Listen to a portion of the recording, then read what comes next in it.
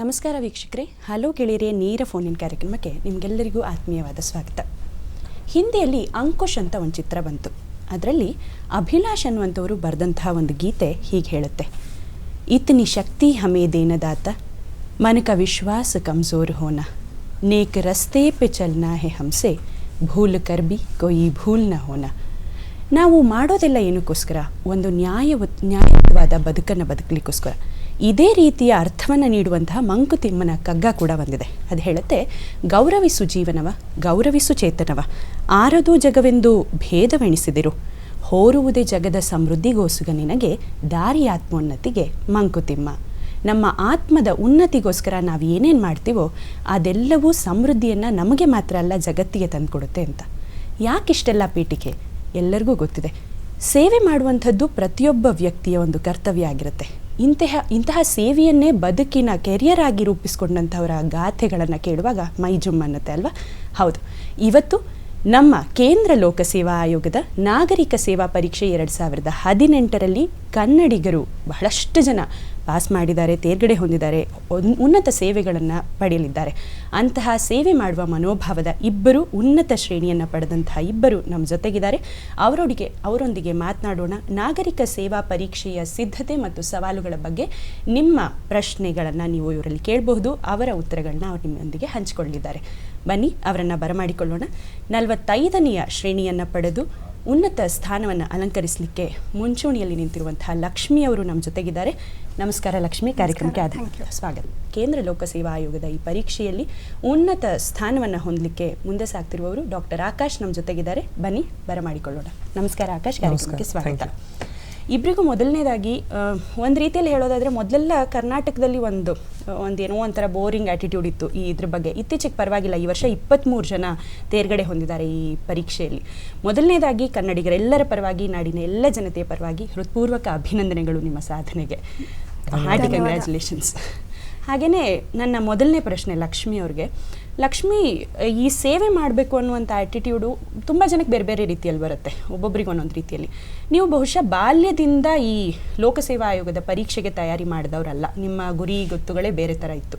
ಯಾವಾಗ ನಿಮ್ಮಲ್ಲಿ ಈ ಸೇವಾ ಆಯೋಗಕ್ಕೆ ಬರಬೇಕು ಅನ್ನುವಂಥ ಒಂದು ಆಸೆ ಮೊಳಕೆ ಹೊಡೆದಿತ್ತು?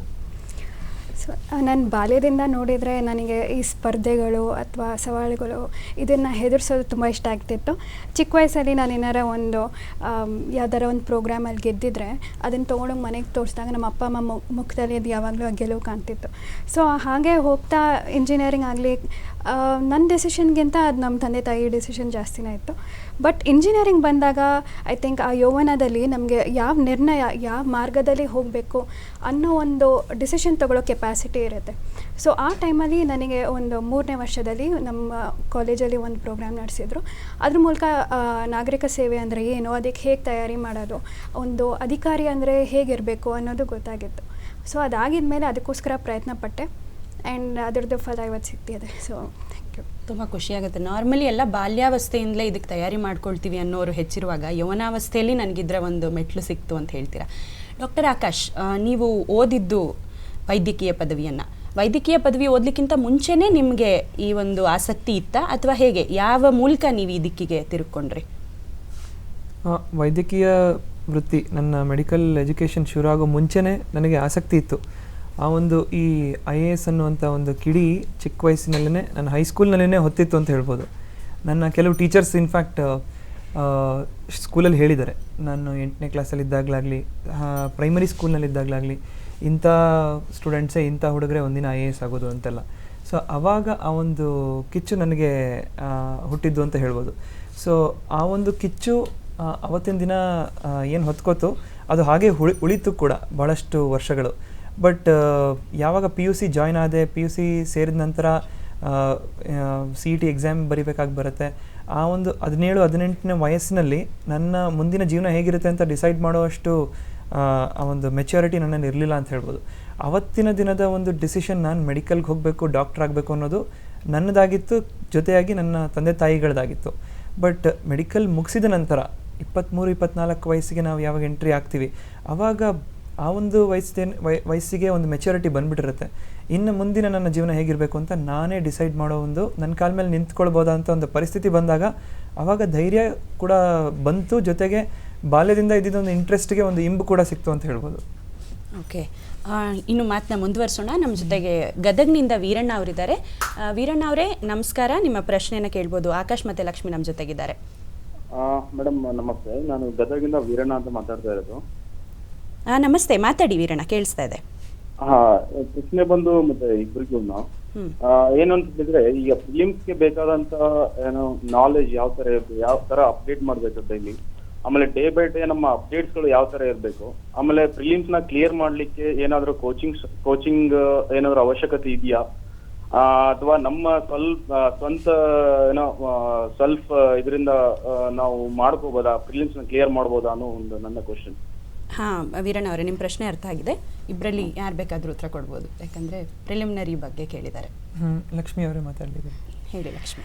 ಸೊ ಮೊದಲನೇ ಹಂತ ಪ್ರಿಲಿಮಿನರಿ. ಸೊ ಇದರಲ್ಲಿ ಬಂದಾಗ ನಾವು ಪ್ರತಿಯೊಂದು ಸಾಮಾನ್ಯ ನಾಲೆಜ್, ಜನರಲ್ ಸ್ಟಡೀಸ್ ಅಂತ ಕರೀತಾರೆ, ಅದರಲ್ಲಿ ಇತಿಹಾಸ ಆಗಿರ್ಬೋದು ಅಥವಾ ಜಿಯೋಗ್ರಫಿ ಆಗಿರ್ಬೋದು, ನಮ್ಮ ಎನ್ವೈರ್ಮೆಂಟ್ ಅಥವಾ ಪಾಲಿಟಿ ಆ್ಯಂಡ್ ದೆನ್ ಅಂತಾರಾಷ್ಟ್ರೀಯದ ವಿಚಾರಗಳು ಆರ್ ಈವನ್ ನ್ಯಾಷನಲ್ ಇದು ಕರೆಂಟ್ ಅಫೇರ್ಸ್ ಇದೆಲ್ಲನೂ ಬಗ್ಗೆನೂ ನಾಲೆಜ್ ಗೊತ್ತಿರಬೇಕು. ಫಸ್ಟು ನಾವು ಇದನ್ನು ಒಂದು ಮಟ್ಟಕ್ಕೆ ಕಂಪ್ಲೀಟ್ ಆಗಿದ್ಮೇಲೆ ನಾವು ಟೆಸ್ಟ್ ಸೀರೀಸ್ ಮೂಲಕ ನಾವು ಎಲ್ಲಿದ್ದೀವಿ ಅನ್ನೋದನ್ನು ಕಾನ್ಸ್ಟೆಂಟಾಗಿ ಚೆಕ್ ಮಾಡ್ತಾ ಇರ್ಬೋದು. ಸೊ ಅದಕ್ಕೋಸ್ಕರ ನೀವು ಬೆಂಗಳೂರಲ್ಲಿ ಬರಬೇಕು ಅಂಥದ್ದೇನಿಲ್ಲ, ಆನ್ಲೈನಲ್ಲೂ ಎಷ್ಟೊಂದು ಟೆಸ್ಟ್ ಸೀರೀಸ್ದ ವ್ಯವಸ್ಥೆಗಳಿದ್ದಾವೆ. ಸೊ ಅದನ್ನು ನೀವು ಪಡೆದುಕೊಂಡೇ ಕಂಟಿನ್ಯೂಸ್ ಆಗಿ ಸಾಲ್ವ್ ಮಾಡ್ತಾ ಇದ್ದರೆ ನಿಮ್ಗೊಂದು ಕಾನ್ಫಿಡೆನ್ಸ್ ಬರುತ್ತೆ. ಈ ಕಾನ್ಫಿಡೆನ್ಸ್ ಬಂದಿದ ಮೇಲೆ ನೀವು ಆ ಸಕ್ಸಸ್ನ ಬರುತ್ತೆ ಅಂತ ನಿಮಗೊಂದು ಏನು ಹೇಳೋದು, ಒಂದು ಕಾನ್ಫಿಡೆನ್ಸ್ ಬಂದ ಮೇಲೆ UPSCನ ಈಸಿಯಾಗಿ ಪ್ರಿಲಿಮ್ಸ್ ಕ್ರ್ಯಾಕ್ ಮಾಡ್ಬೋದು ಅಂತ ಅನ್ಸುತ್ತೆ. ಓಕೆ ಡಾಕ್ಟರ್ ಆಕಾಶ್, ಈ ಪರೀಕ್ಷೆ ಯಾವ ಥರದ್ದು ಅಂತಂದರೆ, ಇದು ಒಬ್ಬರ ಸಕ್ಸಸ್ ಸ್ಟೋರಿ ಇನ್ನೊಬ್ಬರ ಸಕ್ಸಸ್ ಸ್ಟೋರಿ ಆಗಿರಲ್ಲ. ಅಂದರೆ ಕೆಲವರು ತುಂಬ ಜನ ಹೇಳ್ತಾರೆ, ನಾನು 20 ಗಂಟೆ ಓದಿದೆ, 18 ಗಂಟೆ ಓದಿದೆ. ಇನ್ನು ಕೆಲವರು ಇಲ್ಲ, ನಾನು 8 hours ಅಷ್ಟೇ ಓದಿದ್ದು, ಡೆಡಿಕೇಟೆಡ್ ಆಗಿ ಓದಿದ್ರೆ ಸಾಕು. ಮತ್ತು ತುಂಬ ಜನ ಏನು ಅನ್ಕೋತಾರೆ, ಈ ಥರದ ಪರೀಕ್ಷೆಗೆ ಓದುವಂಥವ್ರು ಬೇರೆ ಏನೂ ಮಾಡಲ್ಲ, ಪಿಕ್ಚರ್ ನೋಡಲ್ಲ, ನಾರ್ಮಲಾಗಿ ಊಟ ತಿಂಡಿ ಮಾಡಲ್ಲ, ಅವರಿಗೆ ನಿದ್ದೆನೂ ಸರಿಯಾಗಿ ಬರಲ್ಲ, ಆ ಥರ ಕೆಲವೊಂದೆಲ್ಲ ಮಿತ್ಸ್ ಅಂತ ಅನಿಸುತ್ತೆ. ನಿಮ್ಮ ಸಕ್ಸಸ್ ಸ್ಟೋರಿ ಏನು? ನಿಮ್ಮ ಒನ್ಲೈನರ್ ಸಕ್ಸಸ್ ಸ್ಟೋರಿ ಥರ ಹೇಳೋದಾದರೆ ಹೇಗಿತ್ತು ನಿಮ್ಮ ಪ್ರಯಾಣ ಈ UPSC ಜೊತೆಗೆ? ನನ್ನ ಪ್ರಯಾಣದ ಬಗ್ಗೆ ಮಾತಾಡೋದಾದರೆ, ನಾನು ಶುರು ಮಾಡಿದ್ದು ಒಬ್ಬ ಸಾಮಾನ್ಯ ವೈದ್ಯಕೀಯ ಪದವಿಯನ್ನು ಪಡೆದಂತಹ ಒಬ್ಬ ಮನುಷ್ಯನಾಗಿ ಅಟ್ ದಿ ಏಜ್ 23, 23 ವಯಸ್ಸಿನಲ್ಲಿ. ಬಟ್ ಇವತ್ತು ಆಫ್ಟರ್ ಈ 6 ವರ್ಷಗಳ ಒಂದು ಸತತವಾದ ಪರಿಶ್ರಮದ ನಂತರ ನನ್ನನ್ನು ನಾನು ಎಲ್ಲಿ ನೋಡ್ಕೋತೀನಿ ಅಂದರೆ, ಈ 6 ವರ್ಷದ ಹಿಂದೆ ಇದೇನಾ ಆಕಾಶ್, ಇವನೇ ಆಕಾಶ್, ಈ ಥರ ಇದನ್ನ ಅನ್ನೋಷ್ಟು ಬದಲಾವಣೆಗಳನ್ನ ನನ್ನಲ್ಲಿ ನಾನು ನೋಡ್ಕೋತೀನಿ. ಮುಖ್ಯವಾಗಿ ಏನು ಹೇಳೋಕ್ಕೆ ಇಷ್ಟಪಡ್ತೀನಿ ಅಂದರೆ, ಈ ಪರೀಕ್ಷೆ ಇದೊಂದು ಬರೀ ಬುಕ್ಗಳನ್ನ ಓದಿ ಪಾಸ್ ಮಾಡುವಂಥ ಪರೀಕ್ಷೆ ಅಲ್ಲ. ಇದು ನಮ್ಮ ಎಲ್ಲ ಒಂದು ಏನಂತಾರೆ ಕ್ವಾಲಿಟಿಗಳನ್ನ, ವ್ಯಕ್ತಿತ್ವವನ್ನು ಪರೀಕ್ಷೆ ಮಾಡುವಂಥ ಒಂದು ಪರೀಕ್ಷೆ. ಅಂದರೆ ನಮ್ಮ ತಾಳ್ಮೆಯನ್ನು ಪರೀಕ್ಷೆ ಮಾಡುತ್ತೆ, ಎಷ್ಟು ಗಟ್ಟಿತನ ಇದೆ, ಎಷ್ಟು ದೃಢ ಸಂಕಲ್ಪ, ಅದಕ್ಕೆ ತಕ್ಕಂತೆ ನಾವು ನಡಿತೀವಿ, ಇದನ್ನೆಲ್ಲ ಒಂದು ಪರೀಕ್ಷೆ ಮಾಡುವಂಥದ್ದು. ಇದು ನಮ್ಮ ವ್ಯಕ್ತಿತ್ವವನ್ನು ಎಷ್ಟು ಯಾವ ಲೆವೆಲ್ಗೆ ತೊಗೊಂಡು ಹೋಗುತ್ತೆ ಅಂದರೆ, ಎಷ್ಟು ಯಾವ ಮಟ್ಟಕ್ಕೆ ಅಂದರೆ, ನಾವೀಗ ಒಬ್ಬ ಆಫೀಸರ್ನ ಕಂಡು ಇವನಲ್ಲಿ ಇಂತಿಂಥ ಗುಣಗಳಿರಬೇಕು ಅಂತ ನಾವೇನು ಅನ್ಕೋತೀವಿ, ಅಂಥ ಗುಣಗಳು ಆಲ್ರೆಡಿ ನಮ್ಮಲ್ಲಿ ಬೆಳೆಸ್ಕೊಂಡಿದ್ರೆ ಮಾತ್ರ ಈ ಪರೀಕ್ಷೆ ನಮ್ಮನ್ನು, ಹೌದು ಇವನು ಅಥವಾ ಈ ಒಂದು ಹೆಣ್ಮಗಳು ಇವಾಗ ರೆಡಿ ಇದ್ದಾರೆ, ಇವರು ಆಫೀಸರ್ ಚೇರನ್ನು ಅಲಂಕಾರ ಮಾಡೋಕ್ಕೆ ರೆಡಿ ಇದ್ದಾರೆ ಅಂತ ಪರೀಕ್ಷೆ ಜಸ್ಟ್ ಒಂದು ಸ್ಟ್ಯಾಂಪ್ ಹೊತ್ತುತ್ತೆ. ಅದ್ರ ಮುಂಚೆನೇ ನಾವು ಅಧಿಕಾರಿಗಳಾಗ್ಬಿಟ್ಟಿರ್ತೀವಿ. ಖಂಡಿತ ಒಪ್ಕೋತೀನಿ. ಹಾಗೆ ಇನ್ನೊಂದು ಕರೆ ಇದೆ ದಾವಣಗೆರೆಯಿಂದ. ಗುರುರಾಜ್ ಅವರೇ ನಮಸ್ಕಾರ, ನಿಮ್ಮ ಪ್ರಶ್ನೆನ ಕೇಳ್ಬೋದು. ನಮ್ಮ ಹೆಸರು ಗುರುರಾಜ್ ಪೂಜಾರಿ ಅಂತ, ದಾವಣಗೆರೆಯಿಂದ ಮಾತಾಡ್ತಿರೋದು. ಹೇಳಿ ಕೇಳಿಸ್ತಾ ಇದೆ. ಇದು ನಮ್ಮ ತಂಗಿ BSc ಕಂಪ್ಲೀಟ್ ಆಗಿದೆ. ಈಗ ಪ್ರಿಲಿಮ್ಸ್ ಮತ್ತೆ ಮೇನ್ಸಿಗೆ ಎಲ್ಲಾರು ಆಪ್ಷನಲ್ ಸಬ್ಜೆಕ್ಟ್ ಯಾವ್ದು ತಗೋಬೋದ್ರಿ ಪಾಡ ಅಂತ ಕೇಳ್ತಾರೆ. ಇದು ನನ್ನ ಪ್ರಶ್ನೆ ಆಗಿತ್ತು. ಖಂಡಿತ ಇದಕ್ಕೆ ಉತ್ತರ ಕೊಡ್ತಾರೆ, ಇಬ್ರು ಉತ್ತರ ಕೊಡ್ಲಿ ಅನ್ನೋದು ನನ್ನ ಆಸೆ. ನಿಮ್ಮಿಬ್ರು ಕಡೆಯಿಂದ ಮೊದಲು ಲಕ್ಷ್ಮಿ, ಆಪ್ಷನಲ್ ಚೂಸ್ ಮಾಡುವಾಗ ನೀವು ತಗೊಂಡಂತಹ ಮುನ್ನೆಚ್ಚರಿಕೆಗಳೇನು? ಅದೇ ಆಮೇಲೆ ಉತ್ತರನ ನೀವು ಆಕಾಶ್ ಕೂಡ ಕೊಡ್ಬೇಕು ನನಗೆ. ಆಯ್ತು, ಹೇಳಿ ಲಕ್ಷ್ಮಿ. ಸೊ ಆಪ್ಷನಲಲ್ಲಿ ನಾನು ಸುಮಾರು ಕಡೆ ಎಷ್ಟೊಂದು ಆಪ್ಷನಲ್ನ ಇದು ನನಗೆ ಕರೆಕ್ಟಾ ಅಲ್ವಾ ಅಂತ ನಾನು ಟೆಸ್ಟ್ ಮಾಡಿ ನೋಡಿರೋದು. ಸೊ ಫಸ್ಟ್ ನೀವೇನು ಮಾಡಬೇಕಂದ್ರೆ, UPSC ವೆಬ್ಸೈಟಿಗೆ ಹೋಗಿದರೆ ಅವರು ಏನೇನು ಆಪ್ಷನಲ್ ಇದೆ ಅಂತ ಹಾಕಿರ್ತಾರೆ. ಅದರಲ್ಲಿ ಅದರದ್ದು ಸಿಲೆಬಸ್ ಕೂಡ ಇರುತ್ತೆ. ಸೊ ಅದನ್ನು ಫಸ್ಟ್ ನೋಡಿ, ನಿಮಗೆ ಆ ಆಪ್ಷನಲ್ ಫಸ್ಟ್ ಇಷ್ಟ ಆಗಬೇಕು ಅಂಥ ಆಪ್ಷನಲ್ನ ಚೂಸ್ ಮಾಡಬೇಕು. ಇವಾಗ BSc ಅಂತಿದ್ರೆ ಅವ್ರು ಆಗಲೇ ಒಂದು ಡಿಗ್ರಿ ಮಾಡಿರ್ತಾರೆ BSc ಮೇಲೆ. ಸೊ ಅದ್ರ ಬೇಸಿಸ್ ಆಗಿ ಕೂಡ ಇರ್ಬೋದು ಆಪ್ಷನ್ ಆಪ್ಷನಲ್ಲು, ಅಥವಾ ಅದಿಷ್ಟ ಆಗಿಲ್ಲ ಅಂದರೆ ಅವರಿಗೆ ಮನಸ್ಸಿಗೆ ಇಷ್ಟ ಆಗಬೇಕು. ಬಿಕಾಸ್ ಆಪ್ಷನಲ್ ಅನ್ನೋದು ತುಂಬಾ ಮ್ಯಾಟರ್ ಆಗುತ್ತೆ ಮೇನ್ಸ್ ಮಾರ್ಕ್ಸಲ್ಲಿ. ಸೊ ಅಂಥದ್ದು ನಾನು ಫಸ್ಟ್ ಸೋಷಾಲಜಿ ಅಂತ ಆಪ್ಷನಲ್ ತೊಗೊಂಡಿದ್ದೆ. ಅದಾಗಿದ ಮೇಲೆ ನಾನು ಆಂಥ್ರಪಾಲಜಿ ಅಂದರೆ ಮಾನವ ಇತಿಹಾಸದ ಬಗ್ಗೆ, ಮಾನವಶಾಸ್ತ್ರ ಬಗ್ಗೆ ಓದಿದ್ದೆ ಈ ವರ್ಷ. ಇದು ಬಿಟ್ಟು ಭಾರತೀಯ ಅರಣ್ಯ ಸೇವೆಯಲ್ಲಿ ನಾನು ಫಾರೆಸ್ಟ್ರಿ ಆ್ಯಂಡ್ ಜಿಯಾಲಜಿ ಅಂತ ಆಪ್ಷನಲ್ ಕೂಡ ತೊಗೊಂಡಿದ್ದೆ. ಸೊ ನಿಮಗೆ ಯಾವ ಆಪ್ಷನಲ್ ಇಷ್ಟ ಆಗುತ್ತೋ, ಯಾವುದ್ರಲ್ಲಿ ಕಾನ್ಫಿಡೆನ್ಸ್ ಬರುತ್ತೋ ಅಂಥ ಆಪ್ಷನಲ್ ಚೂಸ್ ಮಾಡ್ಕೋಬೇಕು. ಹಾಂ, ಆಕಾಶ್ ಅವರು ಇದಕ್ಕೆ ಉತ್ತರ ಕೊಡುವ ಮುಂಚೆ ಒಂದೇ ಒಂದು ಕರೆ ಇದೆ, ತೆಗೆದುಕೊಂಡು ಬಿಡೋಣ. ಬೆಳಗಾವಿಯಿಂದ ದುಂಡಪ್ಪ ಅವ್ರು ಕರೆ ಮಾಡಿದ್ದಾರೆ. ನಮಸ್ಕಾರ ದುಂಡಪ್ಪ ಅವರೇ, ಮಾತನಾಡಿ. ನಮಸ್ಕಾರ ಮೇಡಮ್. ಹೇಳಿ ಮೇಡಮ್, ನಂದು ಪ್ರಶ್ನೆ ಏನೆಂದರೆ, ಕನ್ನಡದಲ್ಲಿ ನಾವು ನಾಗರಿಕ ಪರೀಕ್ಷೆ ಹೇಗೆ ಎದುರಿಸಬೇಕು ಮತ್ತು ಅದಕ್ಕೆ ಸಿಗುವಂತ ಸಾಮಗ್ರಿಗಳೇನು ಅಂತ ಕೇಳ್ತಾ ಇದ್ದೀರಾ. ಓಕೆ, ನಿಮಗೆ ಉತ್ತರ ಕೊಡ್ತಾರೆ ದುಂಡಪ್ಪ ಅವರೇ, ಧನ್ಯವಾದಗಳು. ಆಕಾಶ್, ಎರಡಕ್ಕೂ ಉತ್ತರ ಕೊಡ್ಬೋದು. ಮೊದಲನೇದಾಗಿ ನೀವು ಆಪ್ಷನಲ್ನ ಚೂಸ್ ಮಾಡ್ಕೊಂಡಿದ್ದು ಹೇಗೆ, ಜೊತೆಗೆ ಕನ್ನಡದಲ್ಲಿ ಸಿಗುವಂತಹ ಸಾಮಗ್ರಿಗಳ ಬಗ್ಗೆ ನಮಗೆ ಹೇಗಿದೆ ವ್ಯವಸ್ಥೆ ಅಂತ. ಓಕೆ, ಎರಡಕ್ಕೂ ಕಾಮನ್ ಆಗಿ ಒಂದೇ ಉತ್ತರ ಕೊಡ್ಬೋದು ನನಗೆ ಕೇಳಿದ್ರೆ. ಆಪ್ಷನಲ್ ಸಬ್ಜೆಕ್ಟ್ನ ಚೂಸ್ ಮಾಡುವಂಥ ಸಂದರ್ಭದಲ್ಲಿ ನಾವು ಫಸ್ಟ್ ನಾನು ಕಂಡಂತಹ ಒಂದು ಕನ್ಸಿಡ್ರೇಷನ್ ಏನಪ್ಪ ಅಂದರೆ, ಈ ಒಂದು ಸಬ್ಜೆಕ್ಟ್ ಎಷ್ಟು ಚೆನ್ನಾಗಿ ವರ್ಕ್ ಮಾಡ್ತಿದೆ ಎಕ್ಸಾಮ್ನಲ್ಲಿ. ಈಗ ನಾನು ನನ್ನ ಮೊದಲನೇ ಮೇನ್ಸ್ ಪರೀಕ್ಷೆ ಬರೆದಾಗ ನನ್ನ ಆಪ್ಷನಲ್ ಸಬ್ಜೆಕ್ಟ್ ಜಿಯೋಗ್ರಫಿ ಅಂತ ಇತ್ತು. UPSCನಲ್ಲಿ ಬಹಳಷ್ಟು ಜನ ಜಿಯೋಗ್ರಫಿ ತಗೊಳ್ಳೋದ್ರಿಂದ 3000ಕ್ಕಿಂತ ಹೆಚ್ಚಿನಷ್ಟು ಮಂದಿ ಜಿಯೋಗ್ರಫಿ ತೊಗೊಂಡು ಬರೆಯೋದ್ರಿಂದ ಅವರು ಇನ್ನೂ 23 ಬೇರೆ ಸಬ್ಜೆಕ್ಟ್ಗಳಿದೆಯಲ್ಲ ಅದನ್ನು ತೆಗೆದುಕೊಳ್ಳಿ ಅಂತ ಒಂದು ಕಾರಣಕ್ಕೆ ಎಲ್ಲರನ್ನೂ ಎನ್ಕರೇಜ್ ಮಾಡೋಕ್ಕೆ ಬೇರೆ ಸಬ್ಜೆಕ್ಟ್ಸ್ನ ಜಾಸ್ತಿ ಚೂಸ್ ಮಾಡೋಕ್ಕೆ ಸೆಲೆಕ್ಟ್ ಮಾಡಿದ್ರು. ಜಿಯೋಗ್ರಫಿಯವ್ರು 3000 ಜನನೂ ಸೆಲೆಕ್ಟ್ ಮಾಡೋಕ್ಕೆ ಆಗಲ್ಲ, ಇರೋದೇ 1000 ಲಿಸ್ಟ್. ಸೊ ಹಂಗಾಗಿ ಪ್ರಾಕ್ಟಿಕಲ್ ಕನ್ಸಿಡ್ರೇಷನ್ಸ್ ಬೇಕಾಗುತ್ತೆ. ಈ ಒಂದು ಸಬ್ಜೆಕ್ಟ್ ಎಕ್ಸಾಮ್ನಲ್ಲಿ ಯಾವ ಥರ ವರ್ಕ್ ಮಾಡ್ತಾ ಇದೆ. ಈಗ ಲಕ್ಷ್ಮಿ ಅವರು ಕೂಡ ಹೇಳಿದ್ರು ಬದಲಾಯಿಸಿದೆ ನನ್ನ ಆಪ್ಷನಲ್ ಸಬ್ಜೆಕ್ಟ್ನ ಅಂತ. ಅದು ಪ್ರಾಕ್ಟಿಕಲ್ ಕನ್ಸಿಡ್ರೇಷನ್ ಮೇಲೆ. ಸೊ ಒಂದು ಪ್ರಾಕ್ಟಿಕಲ್ ಕನ್ಸಿಡ್ರೇಷನ್ ಯಾವ ಥರ ಎಕ್ಸಾಮ್ನಲ್ಲಿ ಈ ಒಂದು ಸಬ್ಜೆಕ್ಟ್ ವರ್ಕ್ ಮಾಡ್ತಾ ಇದೆ. ಎರಡನೇದು ಮಟೀರಿಯಲ್ಸ್, ಬುಕ್ಗಳು ಯಾವ ಥರ ಸಿಗುತ್ತೆ ಇದಕ್ಕೆ ಅಂತ. ಸೊ ಇದಕ್ಕೆ ಸಿಗುವಂತಹ ಬುಕ್ಗಳು, ಈಗ ನನ್ನ ಉದಾಹರಣೆಗೆ ನನ್ನ ಒಂದು ಗ್ರ್ಯಾಜುಯೇಷನಲ್ಲಿ ನಾನು ಡಿಗ್ರಿ ಓದಿದ್ದು ಜಿಯಾಲಜಿಲಿ ಅಂದರೆ, ಅಥವಾ ಇನ್ನೊಂದು ಯಾವುದೋ ಬಾಟ್ನಿ ಸಬ್ಜೆಕ್ಟ್ನಲ್ಲಿ ಅಂದರೆ, ಇಲ್ಲಿ ಬಾಟ್ನಿ ಝುವಾಲಜಿ ಇರ್ಬೋದು, ಬಟ್ ಬಾಟ್ನಿ ಝುವಾಲಜಿಯ ತಕ್ಕಂತಹ ಈ ಪರೀಕ್ಷೆಗೆ ತಕ್ಕಂತಹ ಬುಕ್ಸ್ಗಳು ಮಟೀರಿಯಲ್ಸ್ ನನಗೆ ಸಿಗುತ್ತಾ ಅನ್ನೋದು ಪ್ರಶ್ನೆ.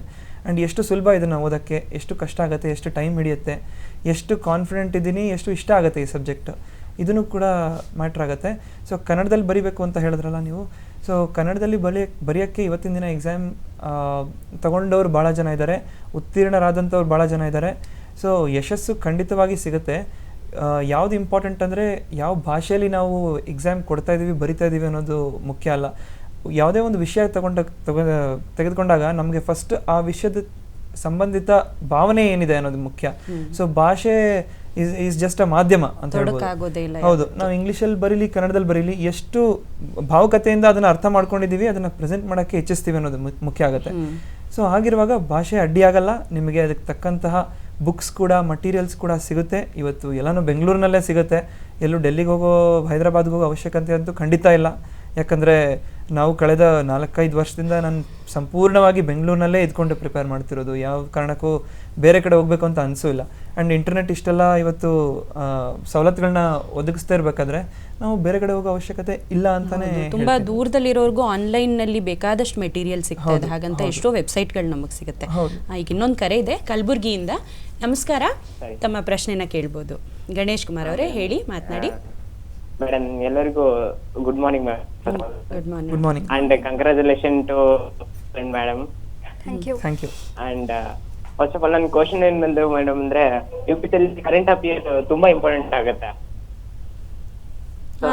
ಕರೆಂಟ್ ಅಫೇರ್ಸ್ ನಾನು ಸರ್ ಮೇಡಮ್ ಯಾವ ರೀತಿಯಾಗಿ ರೆಫರ್ ಮಾಡ್ತೀರಿ? ಏನಾದ್ರೂ ಇನ್ಸ್ಟಿಟ್ಯೂಷನ್ ನೋಟ್ಸ್ ಓದ್ತಿದ್ರಾ, ಅಥವಾ ಏನು ನ್ಯೂಸ್ ಪೇಪರ್ಸ್ ರೆಗ್ಯುಲರ್ ಆಗಿ ರೆಫರ್ ಮಾಡ್ತಿದ್ರಾ, ಅಥವಾ ಕಂಟೆಂಟ್ ಯಾವ್ದನ್ನ ಜಾಸ್ತಿ ಓದ್ಬೇಕು? ನಿಮ್ಮ ಪ್ರಶ್ನೆ ಅರ್ಥ ಆಗಿದೆ. ಕರೆಂಟ್ ಅಫೇರ್ಸ್ಗೆ ಯಾವ ರೀತಿಯಾಗಿ ರೆಫರ್ ಮಾಡ್ತಿದ್ರು ಅನ್ನೋದು ಅದಷ್ಟು ಖಂಡಿತ ಉತ್ತರ ಕೊಡ್ತಾರೆ. ಹೇಳಿ ಲಕ್ಷ್ಮಿ. ಸೊ ಕರೆಂಟ್ ಅಫೇರ್ಸ್ ಅಂತ ಇದ್ದಾಗ ಇದರಲ್ಲಿ ಎಲ್ಲ ಸಬ್ಜೆಕ್ಟ್ಸ್ ಕೂಡ ಇನ್ವಾಲ್ವ್ ಆಗಿರುತ್ತೆ. ಸೊ ಅದಕ್ಕೆ ಫಸ್ಟ್ ನೀವೇನು ಮಾಡಬೇಕಂದ್ರೆ, ಸರ್ಕಾರದ ಮಾಧ್ಯಮ ಏನಿದೆಯೋ, ಲೋಕಸಭಾ ಟಿ ವಿ ಇರ್ಬೋದು ಅಥವಾ ರಾಜ್ಯಸಭಾ ಟಿ ವಿ ಇರ್ಬೋದು, ಇದರಿಂದ ನೀವು ಮಾಹಿತಿ ತೊಗೊಂಡಾಗ ಅದು ಹೆಚ್ಚು ಮಟ್ಟಕ್ಕೆ ಕರೆಕ್ಟ್ ಜೆನ್ಯೂನ್ ಕೂಡ ಇರುತ್ತೆ ಆ್ಯಂಡ್ ಒಪಿನಿಯನ್ಸ್ ಕೂಡ ಕರೆಕ್ಟಾಗಿ ಬರುತ್ತೆ. ಸೊ ಅದಕ್ಕೋಸ್ಕರ ಸರ್ಕಾರದ ಮಾಧ್ಯಮ ಮೇ ಬಿ PIB ಇರ್ಬೋದು, ಅಥವಾ ನಾನು ಹೇಳ್ದಂಗೆ ಲೋಕಸಭಾ TV, ರಾಜ್ಯಸಭಾ TV ನೋಡ್ಬೋದು. ಇದು ಬಿಟ್ಟು ಹಲವಾರು ಕೋಚಿಂಗ್ ಇನ್ಸ್ಟಿಟ್ಯೂಟ್ಸ್ ಅವ್ರದ್ದೇ ಮಂತ್ಲಿ ಮ್ಯಾಗ್ಝಿನ್ಸ್ ಅಂತ ಬಿಡ್ತಾರೆ. ಅದು ನಿಮ್ಗೆ ಯಾವ್ದು ಇಷ್ಟ ಆಗುತ್ತೋ ಅದನ್ನು ತೊಗೊಂಡು ಓದ್ಬೋದು. ಸೊ ಅದು ಬಿಟ್ಟು ಡೈಲಿ ನ್ಯೂಸ್ ಪೇಪರ್ಸ್ ಓದೋದು ಕೂಡ ಒಳ್ಳೆಯ ಅಭ್ಯಾಸ. ನೀವು ಯಾವ ನ್ಯೂಸ್ ಪೇಪರ್ ಬೇಕಾದ್ರೆ ಚೂಸ್ ಮಾಡ್ಬೋದು, ಇಂಗ್ಲೀಷೇ ಅಂತ ಕೂಡ ಇಲ್ಲ, ಕನ್ನಡ ಇಷ್ಟ ಆಗಿದ್ರೆ ಅದು ಕೂಡ ಓದ್ಬೋದು. ಅದು ನಿಮ್ಮ ನಾಲೆಜ್ ಬೆಳೆಯೋದಕ್ಕೋಸ್ಕರ. ಸೊ ಯಾವ್ದು ಇಷ್ಟ ಆಗುತ್ತೋ ಅದನ್ನು ಮಾಡ್ಬೋದು. ಆಪ್ಷನ್ಸ್ ಅಂತೂ ತುಂಬ ಇದ್ದಾವೆ. ಬಟ್ ನಿಮ್ಮ ಕರೆಂಟ್ ಅಫೇರ್ಸಲ್ಲಿ ನಿಮ್ಮ ನಾಲೆಜ್ ಎಷ್ಟು ಸ್ಟ್ರಾಂಗ್ ಆಗಿದೆಯೋ ಈ ಪರೀಕ್ಷೆಯಲ್ಲಿ ಅಷ್ಟು ಇಂಪಾರ್ಟೆನ್ಸ್ ಇರುತ್ತೆ ಅದಕ್ಕೆ. ಕಲಬುರಗಿಯಿಂದ ಸತೀಶ್ ಅವ್ರು ಕರೆ ಮಾಡಿದ್ದಾರೆ. ಸತೀಶ್ ಅವರೇ ನಮಸ್ಕಾರ, ಮಾತನಾಡಿ. ಮೇಡಮ್ ನಮಸ್ತೆ. ಹೇಳಿ ಸರ್, ನನ್ನ ಪ್ರಶ್ನೆ ಇರೋದು ಇತ್ತೀಚಿನ ದಿನದಲ್ಲಿ UPSC ರಿಸಲ್ಟ್ ನೋಡಿದ್ರೆ ಸೈನ್ಸ್ ಬ್ಯಾಕ್ ಗ್ರೌಂಡ್ ಇರೋರ ಸಂಖ್ಯೆ ಜಾಸ್ತಿ ಅಚೀವ್ಮೆಂಟ್ ಮಾಡ್ತಾ ಇದ್ದಾರೆ, ಆರ್ಟ್ಸ್ ಹುಡುಗರು ಅಚೀವ್ಮೆಂಟ್ ಮಾಡೋರ ಸಂಖ್ಯೆ ಕಡಿಮೆ ಆಗ್ತಾ ಇದೆ ಅಂತ ಅನಿಸ್ತಾ ಇದೆ. ಈ ನಿಟ್ಟಿನಲ್ಲಿ ನೀವು ಡಿಗ್ರಿಯಲ್ಲಿ BA ಬ್ಯಾಕ್ ಗ್ರೌಂಡ್ ಇರುವಂತ ವಿದ್ಯಾರ್ಥಿಗಳಿಗೆ ಆಕಾಶ್ ಸರ್ ಮತ್ತೆ ಮೇಡಮ್ ಅವ್ರು ಏನ್ ಸಜೆಷನ್ ಕೊಡ್ತಾರೆ? ಎಲ್ಲ ಹುಡುಗರಲ್ಲಿ ಮ್ಯಾಥ್ಸ್ ಅಥವಾ ನಮ್ದು ಇಂಗ್ಲಿಷ್ ಕಡಿಮೆ ಇದೆ, ಆರ್ಟ್ಸ್ ಹುಡುಗರು ಅನ್ನೋಂಥ ಬ್ಯಾಕ್ ಗ್ರೌಂಡ್ ಇಂದ ಅವ್ರಿಗೆ ಹಿಂಸರಿತಾ ಇದ್ದಾರೆ. ಈ ನಿಟ್ಟಿನಲ್ಲಿ ಅವ್ರ ಸಜೆಷನ್ ಏನಂತ ನನ್ನ ಪ್ರಶ್ನೆ. ಈ ಪ್ರಶ್ನೆ ಹಾಗೆ ಒಂದು ಕ್ರೋಢೀಕರಿಸ್ಕೊಂಡು ಕೇಳಬೇಕು ಅಂತ. ಇದು ಒಂದೇ ಅಲ್ಲ, ಗ್ರಾಮೀಣ ಪ್ರತಿಭೆ, ನನಗೆ ಭಾಷೆ ತೊಡಕಿದೆ, ಈಗಾಗಲೇ ಮಾತಾಡಿದ್ವಿ, ಅಥವಾ ಎಸ್ಪೆಷಲಿ ಇದು ಆರ್ಟ್ಸ್ ಮೊದಲೆಲ್ಲ ಒಂದು ಕಾಲ ಹೇಗಿತ್ತಂದ್ರೆ UPSC ಕ್ಲಿಯರ್ ಮಾಡ್ಕೋಬೇಕಂದ್ರೆ ಅವ್ರೊಂಥರ BA ಗ್ರಾಜುಯೇಟ್ಸ್ ಆಗಿದ್ರೆ ಅಥವಾ MA ಗ್ರಾಜುಯೇಟ್ಸ್ ಆಗಿದ್ರೆ ಅಂತ. ಈಗ ಹಾಗಲ್ಲ, ಸೈನ್ಸ್ನವ್ರು ತುಂಬ ಜನ ಬರ್ತಾ ಇದ್ದಾರೆ. ಪ್ರಿಲಿಮಿನರಿ ತುಂಬ ಪ್ರಶ್ನೆ ಮಾಡುತ್ತೆ ಆ ವಿಷಯಕ್ಕೆ ಬಂದಾಗ. ಎಲ್ಲದಕ್ಕೂ ಹೌದು, ನಿಮ್ಮ ಕಿವಿ ಮಾತು ಏನಾಗಿರುತ್ತೆ ಡಾಕ್ಟರ್ ಆಕಾಶ್? ಮೊದಲನೇದಾಗಿ ನಾವು ಈ ಪರೀಕ್ಷೆ ಎದುರಿಸೋ ಮುಂಚೆ UPSC ಏನು ನಮ್ಮಲ್ಲಿ ಬಯಸ್ತಾ ಇದೆ, ಎಲಿಜಿಬಿಲಿಟಿ ಕ್ರೈಟೀರಿಯಾ ಏನಂತ ಕೇಳ್ತಿದೆ ಅನ್ನೋದು ಮುಖ್ಯ. UPSC ಎರಡೇ ಎಲಿಜಿಬಿಲಿಟಿ ಕ್ರೈಟೀರಿಯಾ ಇಡುತ್ತೆ. ಒಂದು, ನೀವು ಒಂದು ಡಿಗ್ರಿಯನ್ನು ಮಾಡಿರಬೇಕಾಗತ್ತೆ. ಅದು ಮೆಡಿಕಲ್ ಡಿಗ್ರಿನೇ, ಇಂಜಿನಿಯರಿಂಗ್ ಡಿಗ್ರಿನೇ, ಅಥವಾ ಇಂಥ ಕಾಲೇಜಲ್ಲೇ ಓದಿರಬೇಕು, ಇಂಥ ಸೈನ್ಸ್ ಸ್ಟ್ರೀಮ್ ಅಥವಾ IIT-ನಲ್ಲೇ ಓದಿರಬೇಕು, ಇಂಥ ಏನೂ ಕೇಳಲ್ಲ. ಸೊ UPSC ಕೇಳೋದು ಒಂದು ಡಿಗ್ರಿ ಮುಗಿಸಿರಬೇಕು. ಎರಡನೇದು ನಿಮ್ಮ ಏಜ್, ನಮ್ಮ ವಯಸ್ಸಿನ ಅಂತರ ಎಷ್ಟಿರಬೇಕಾಗತ್ತೆ, ನಿಮ್ಮ ಏಜ್ ಕ್ರೈಟೀರಿಯಾ. ಸೊ 2 ಕ್ರೈಟೀರಿಯಾಗಳಿದೆ ಮುಖ್ಯವಾಗಿ. ಸೊ ಈ 2 ಕ್ರೈಟೀರಿಯಾಗಳನ್ನ ಬಿಟ್ಟು ನೀವು ಕೇಳ್ತೀರಾ ಏನಂತಾರೆ, ಈಗ ಆರ್ಟ್ಸ್ ಬ್ಯಾಕ್ಗ್ರೌಂಡ್ನವ್ರು ಇವಾಗ ಎಕ್ಸಾಮ್ ತಗೊಳ್ಳೋದು, ಈ ಯಶಸ್ಸು ಗಳಿಸೋದು ಕಷ್ಟ ಆಗಿದೆಯಲ್ಲ ಅಂತ. ನಾನು ಒಂದು ಉದಾಹರಣೆ ಕೊಡೋಕ್ಕೆ ಇಷ್ಟಪಡ್ತೀನಿ. 2 ವರ್ಷದ ಹಿಂದೆ ಟೀನಾ ದಾಬಿ ಅಂತ ಫಸ್ಟ್ ರ್ಯಾಂಕ್ ತಗೊಂಡ್ರಲ್ಲ, ಅವರು ಓದಿದ್ದು ಬ್ಯಾಚುಲರ್ ಆಫ್ ಆರ್ಟ್ಸ್. ಸೊ ಆರ್ಟ್ಸ್ನ ಓದಿನೇ ಅವರು ಫಸ್ಟ್ ರ್ಯಾಂಕನ್ನು ಪಡೀತಾರೆ, ಅವರ ಚೊಚ್ಚಲ ಒಂದು ಪ್ರಯತ್ನದಲ್ಲೇ ಪಡಿತಾರೆ. ಸೊ ಇದನ್ನು ನೋಡಿದಾಗ ನಮ್ಗೆ ಏನು ಅನಿಸ್ಬೇಕು ಅಂದರೆ, ಯಾವ ಬ್ಯಾಕ್ಗ್ರೌಂಡಿಂದ ಬರ್ತಿದ್ದೀವಿ ಅನ್ನೋದು ಇಂಪಾರ್ಟೆಂಟ್ ಆಗಲ್ಲ. ನಾವು ಎಷ್ಟು ಬ್ಯಾಗೇಜನ್ನು ಕ್ಯಾರಿ ಮಾಡಿಕೊಂಡು, ಏನೆಲ್ಲ ನಮ್ಮ ಬ್ಯಾಕ್ಗ್ರೌಂಡ್ ಆಗಿರಲಿ, ನಮ್ಮ ಹಿಸ್ಟ್ರಿ ಆಗಿರಲಿ, ಇಷ್ಟೆಲ್ಲ ಕ್ಯಾರಿ ಮಾಡ್ಕೊಂಡು ಬರ್ತೀವಿ ಅನ್ನೋದು ಮುಖ್ಯ ಆಗಲ್ಲ. ಅವತ್ತಿನ ದಿನ, ಪರೀಕ್ಷೆ ದಿನ ನಾವು ಕೂತಾಗ ಆ ಒಂದು ಖಾಲಿ ಹಾಳೆ ಮೇಲೆ ನಾವು ಎಷ್ಟು ಎಫೆಕ್ಟಿವ್ ಆಗಿ ನಮ್ಮನ್ನು ನಾವು ಪ್ರೆಸೆಂಟ್ ಮಾಡ್ಕೋತೀವಿ ಅನ್ನೋದು ಇಂಪಾರ್ಟೆಂಟು. ಯಾಕಂದರೆ ಇದನ್ನು ಕರೆಕ್ಷನ್ ಮಾಡೋರಿಗೆ ಇವನು ಇಂಥ ಭಾಗದಿಂದ ಬಂದಿದ್ದಾನೆ, ಇಂಥ ಮೀಡಿಯಮ್ನಲ್ಲಿ ಓದಿದ್ದಾನೆ, ಇವನು ಬ್ಯಾಕ್ಗ್ರೌಂಡ್ ಇದು ಅಂತ ಯಾರೂ ನೋಡಲ್ಲ. ಒಂದು ಖಾಲಿ ಬಿಳಿ ಹಾಳೆ, ಅದ್ರ ಮೇಲೆ ನೀವು ಬರೆದಿರೋಂಥ ಉತ್ತರ, ನೀವು ಆ ಒಂದು ಪೇಪರ್ ಮೇಲೆ ಒಂದು ಆ್ಯಾವ್ರೇಜ್ ಆನ್ಸರು ಬರಿಬೋದು, ಒಂದು ವಿಸ್ಮಯ ಕೂಡ ಮೂಡಿಸ್ಬೋದು. ಸೊ ಅದು ನಿಮ್ಮ ಕೈಯಲ್ಲಿದೆ. ಸೊ ನಿಮ್ಮ ಹಿಸ್ಟ್ರಿ, ಬ್ಯಾಕ್ಗ್ರೌಂಡ್ ಇದನ್ನೆಲ್ಲ ಬದಿಗಿಟ್ಟು ನಿಜವಾಗ್ಲೂ ನಾನು ಈ ಒಂದು ಪರೀಕ್ಷೆಗೆ ಪ್ರಯತ್ನ ಪಡ್ತೀನಿ ಅಂದರೆ UPSC ವೆಬ್ಸೈಟ್ನಲ್ಲಿ ಏನು ಕೇಳ್ತಾ ಇದೆ, ನಾವು ಹೇಳ್ತೀವಿ ನಾವು ಆಬ್ಜೆಕ್ಟಿವ್ ಕ್ರೈಟೀರಿಯಾ, ಆಬ್ಜೆಕ್ಟಿವ್ ಆಗಿ ಕನ್ಸಿಡರ್ ಮಾಡಬೇಕು ಈ ಎಕ್ಸಾಮ್ನ. ಸೊ ಭಾವನೆಗಳಿಗೆ ಕಡಿಮೆ ಬೆಲೆ ಕೊಡಬೇಕು. ಖಂಡಿತವಾಗ್ಲೂ. ಬನಹಟ್ಟಿಯಿಂದ ರೋಹನ್ ಅವ್ರು ನಮ್ಮ ಜೊತೆಗಿದ್ದಾರೆ. ರೋಹನ್ ನಮಸ್ಕಾರ, ನಿಮ್ಮ ಪ್ರಶ್ನೆನ ಕೇಳ್ಬೋದು. ನಮಸ್ಕಾರ, ಕೇಳಿ. ನಮಸ್ಕಾರ ಮೇಡಮ್. ಮೇಡಮ್, ಇದು ಪ್ರಿಲಿಮ್ಸ್ ಮತ್ತೆ ಮೇನ್ಸ್ ಅಲ್ಲಿ ಸ್ಪೋರ್ಟ್ಸ್ ಮತ್ತೆ ಯಾರಿಗಾದ್ರೂ ಪ್ರಶಸ್ತಿ ಕೊಟ್ಟಿದ್ದು ಯಾವ್ದಾದ್ರು ಕ್ವಶನ್ಸ್ ಇರುತ್ತಾ? ಓಕೆ, ನಿಮ್ಮ ಪ್ರಶ್ನೆಗೆ ಉತ್ತರವನ್ನು ಕೊಡ್ತಾರೆ, ಹೇಳಿ ಆಕಾಶ್. ಪ್ರಿಲಿಮ್ಸ್ ಮತ್ತು ಮೇನ್ಸ್ನಲ್ಲಿ ಸ್ಪೋರ್ಟ್ಸ್ ಎಸ್ಪೆಷಲಿ ಪ್ರಿಲಿಮ್ಸ್ನಲ್ಲಿ ಸ್ಪೋರ್ಟ್ಸ್ ಮೇಲಿನ ಪ್ರಶ್ನೆಗಳು ಇತ್ತೀಚೆಗೆ UPSCಲಿ ಬರ್ತಾ ಇಲ್ಲ. ಕಳೆದ 8-10 ವರ್ಷದ ನಾವು ಕ್ವೆಶನ್ ಪೇಪರ್ಸ್ ನೋಡಿದಾಗ ಈ ಥರ ಅರ್ಜುನ ಪ್ರಶಸ್ತಿ ಯಾರಿಗಿದ್ರು, ದ್ರೋಣಾಚಾರ್ಯ ಪ್ರಶಸ್ತಿ, ಈ ಥರ ಪ್ರಶಸ್ತಿಗಳ ಬಗ್ಗೆ ಸ್ಪೋರ್ಟ್ಸ್ ಸಂಬಂಧಿತ ಕೇಳ್ತಾ ಇಲ್ಲ. ಹಾಗಾಗಿ ನ್ಯೂಸ್ ಪೇಪರ್ನಲ್ಲಿ ನಾವು ನ್ಯೂಸ್ ಪೇಪರ್ ಓದಬೇಕಾದ್ರೂ ಅಷ್ಟೇ, ಪಾಲಿಟಿಕ್ಸ್ ಇರ್ಬೋದು, ಸ್ಪೋರ್ಟ್ಸ್ ಇರ್ಬೋದು, ಎಂಟರ್ಟೈನ್ಮೆಂಟ್ ಇರ್ಬೋದು, ನಾಳೆ ದಿನ ಒಬ್ಬ ಅಧಿಕಾರಿಯಾಗಿ ಇಂಥದ್ರ ಜೊತೆ ಎಲ್ಲ ಜಾಸ್ತಿ ನಾವು ಇಂಥ ವಿಷಯಗಳನ್ನ ಹ್ಯಾಂಡಲ್ ಮಾಡ್ತೀವಿ ಅನ್ನೋದು ಮುಖ್ಯ ಆಗುತ್ತೆ. ಅಷ್ಟು ಹ್ಯಾಂಡಲ್ ಮಾಡಲ್ಲ.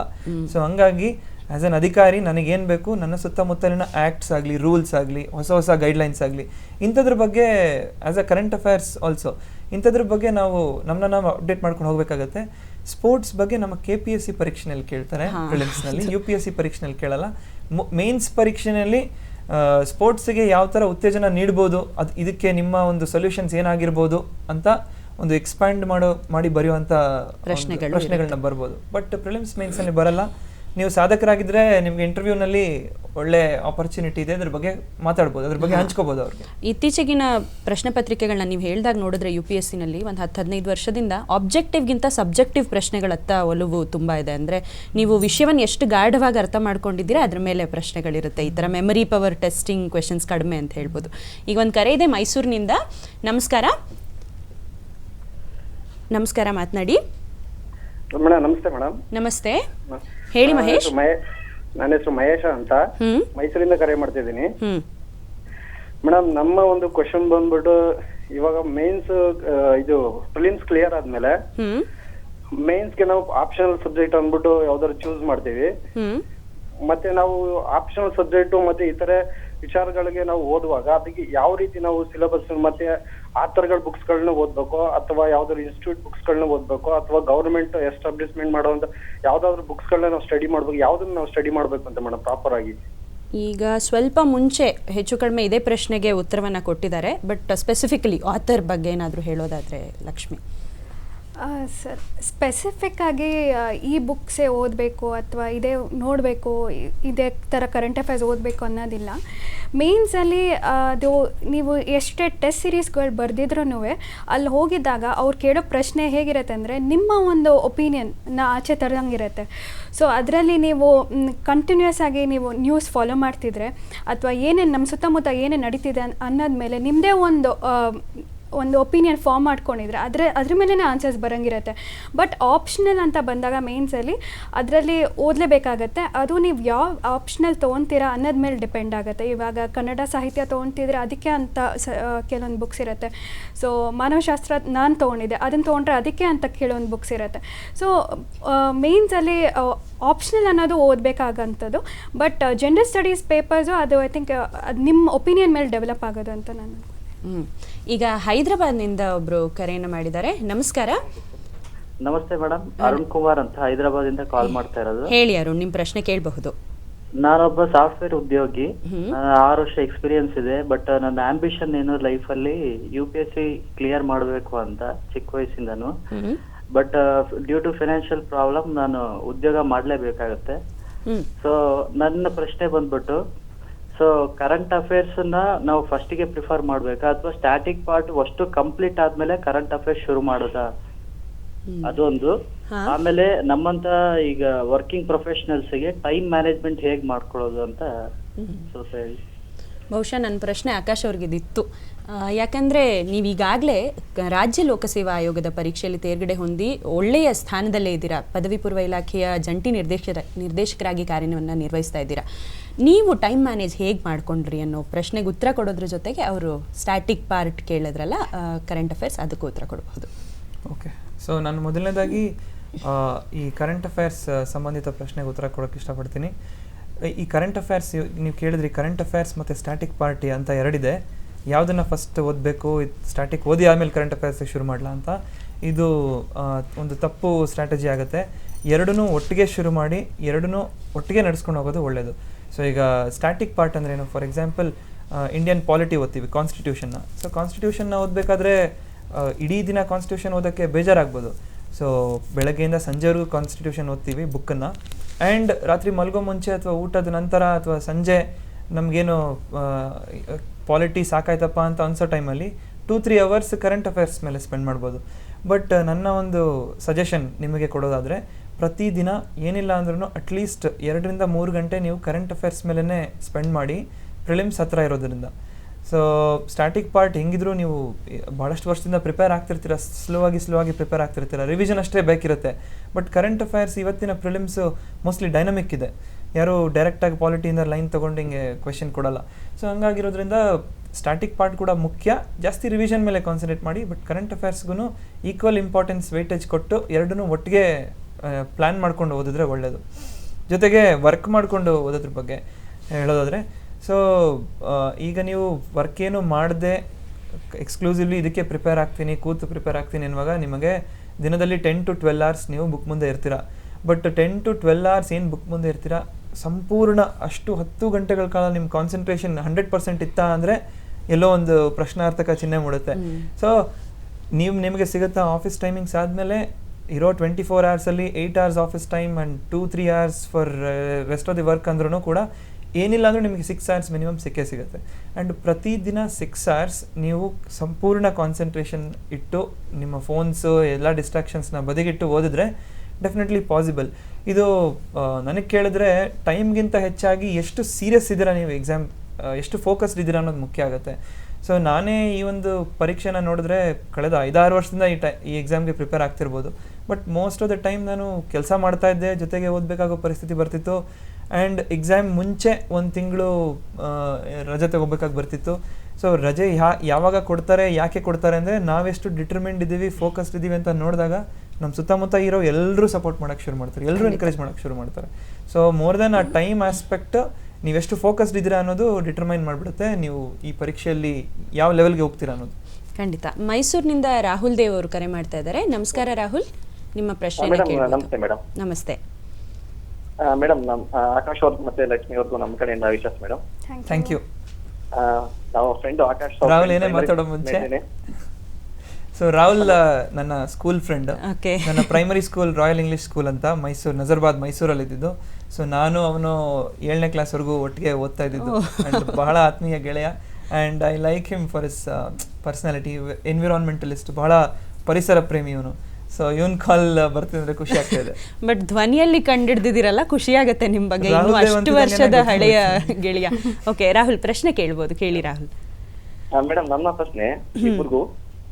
ಮೇಡಮ್ ಇದು ಸಸ್ಟೈನಬಲ್ ಡೆವಲಪ್ಮೆಂಟ್ ಮತ್ತೆ ಒಂದು UPSC ಪರೀಕ್ಷೆಯಲ್ಲಿ ಎಷ್ಟು ಬಾರಿ ಬರೆಯಕ್ಕೆ ಅವಕಾಶ ಇರುತ್ತೆ ಅಂತ. ಹಾ, ಓಕೆ. ನೀವು ಅಟೆಂಪ್ಟ್ಸ್ ಬಗ್ಗೆ ಕೇಳ್ತಾ ಇದ್ದೀರಾ? ಹೌದು ಮೇಡಮ್. ಓಕೆ, ಲಕ್ಷ್ಮಿ ಉತ್ತರ ಕೊಡಬಹುದು ಈ ಪ್ರಶ್ನೆಗೆ. ನಂಬರ್ ಆಫ್ ಅಟೆಂಪ್ಟ್ಸ್ ನೀವು ಜನರಲ್ ಮೆರಿಟ್ ಆಗಿದ್ರೆ 6 ಸತಿ ಬರಿಬೋದು, ಅಥವಾ ನಿಮ್ಮ OBC ಕ್ಯಾಟಗರಿಯಲ್ಲಿ ಬಂದಿದ್ರೆ 9 ಸತಿ ಬರಿಬೋದು. SC ST ಇದ್ರೆ ಇನ್ ನಂಬರ್ ಆಫ್ ಲಿಮಿಟ್ಸ್ ಇಲ್ಲ, ಏಜ್ ಲಿಮಿಟ್ ಮಾತ್ರ ಇದೆ 35. ಎರಡನೇ ಪ್ರಶ್ನೆ ಅವ್ರೇನು ಸಸ್ಟೈನಬಲ್ ಡೆವಲಪ್ಮೆಂಟ್ ಬಗ್ಗೆ ಬರೆಯೋಕೆ, ಇದಕ್ಕೆ ನಾನು ಉತ್ತರ ಕೊಡ್ತೀನಿ.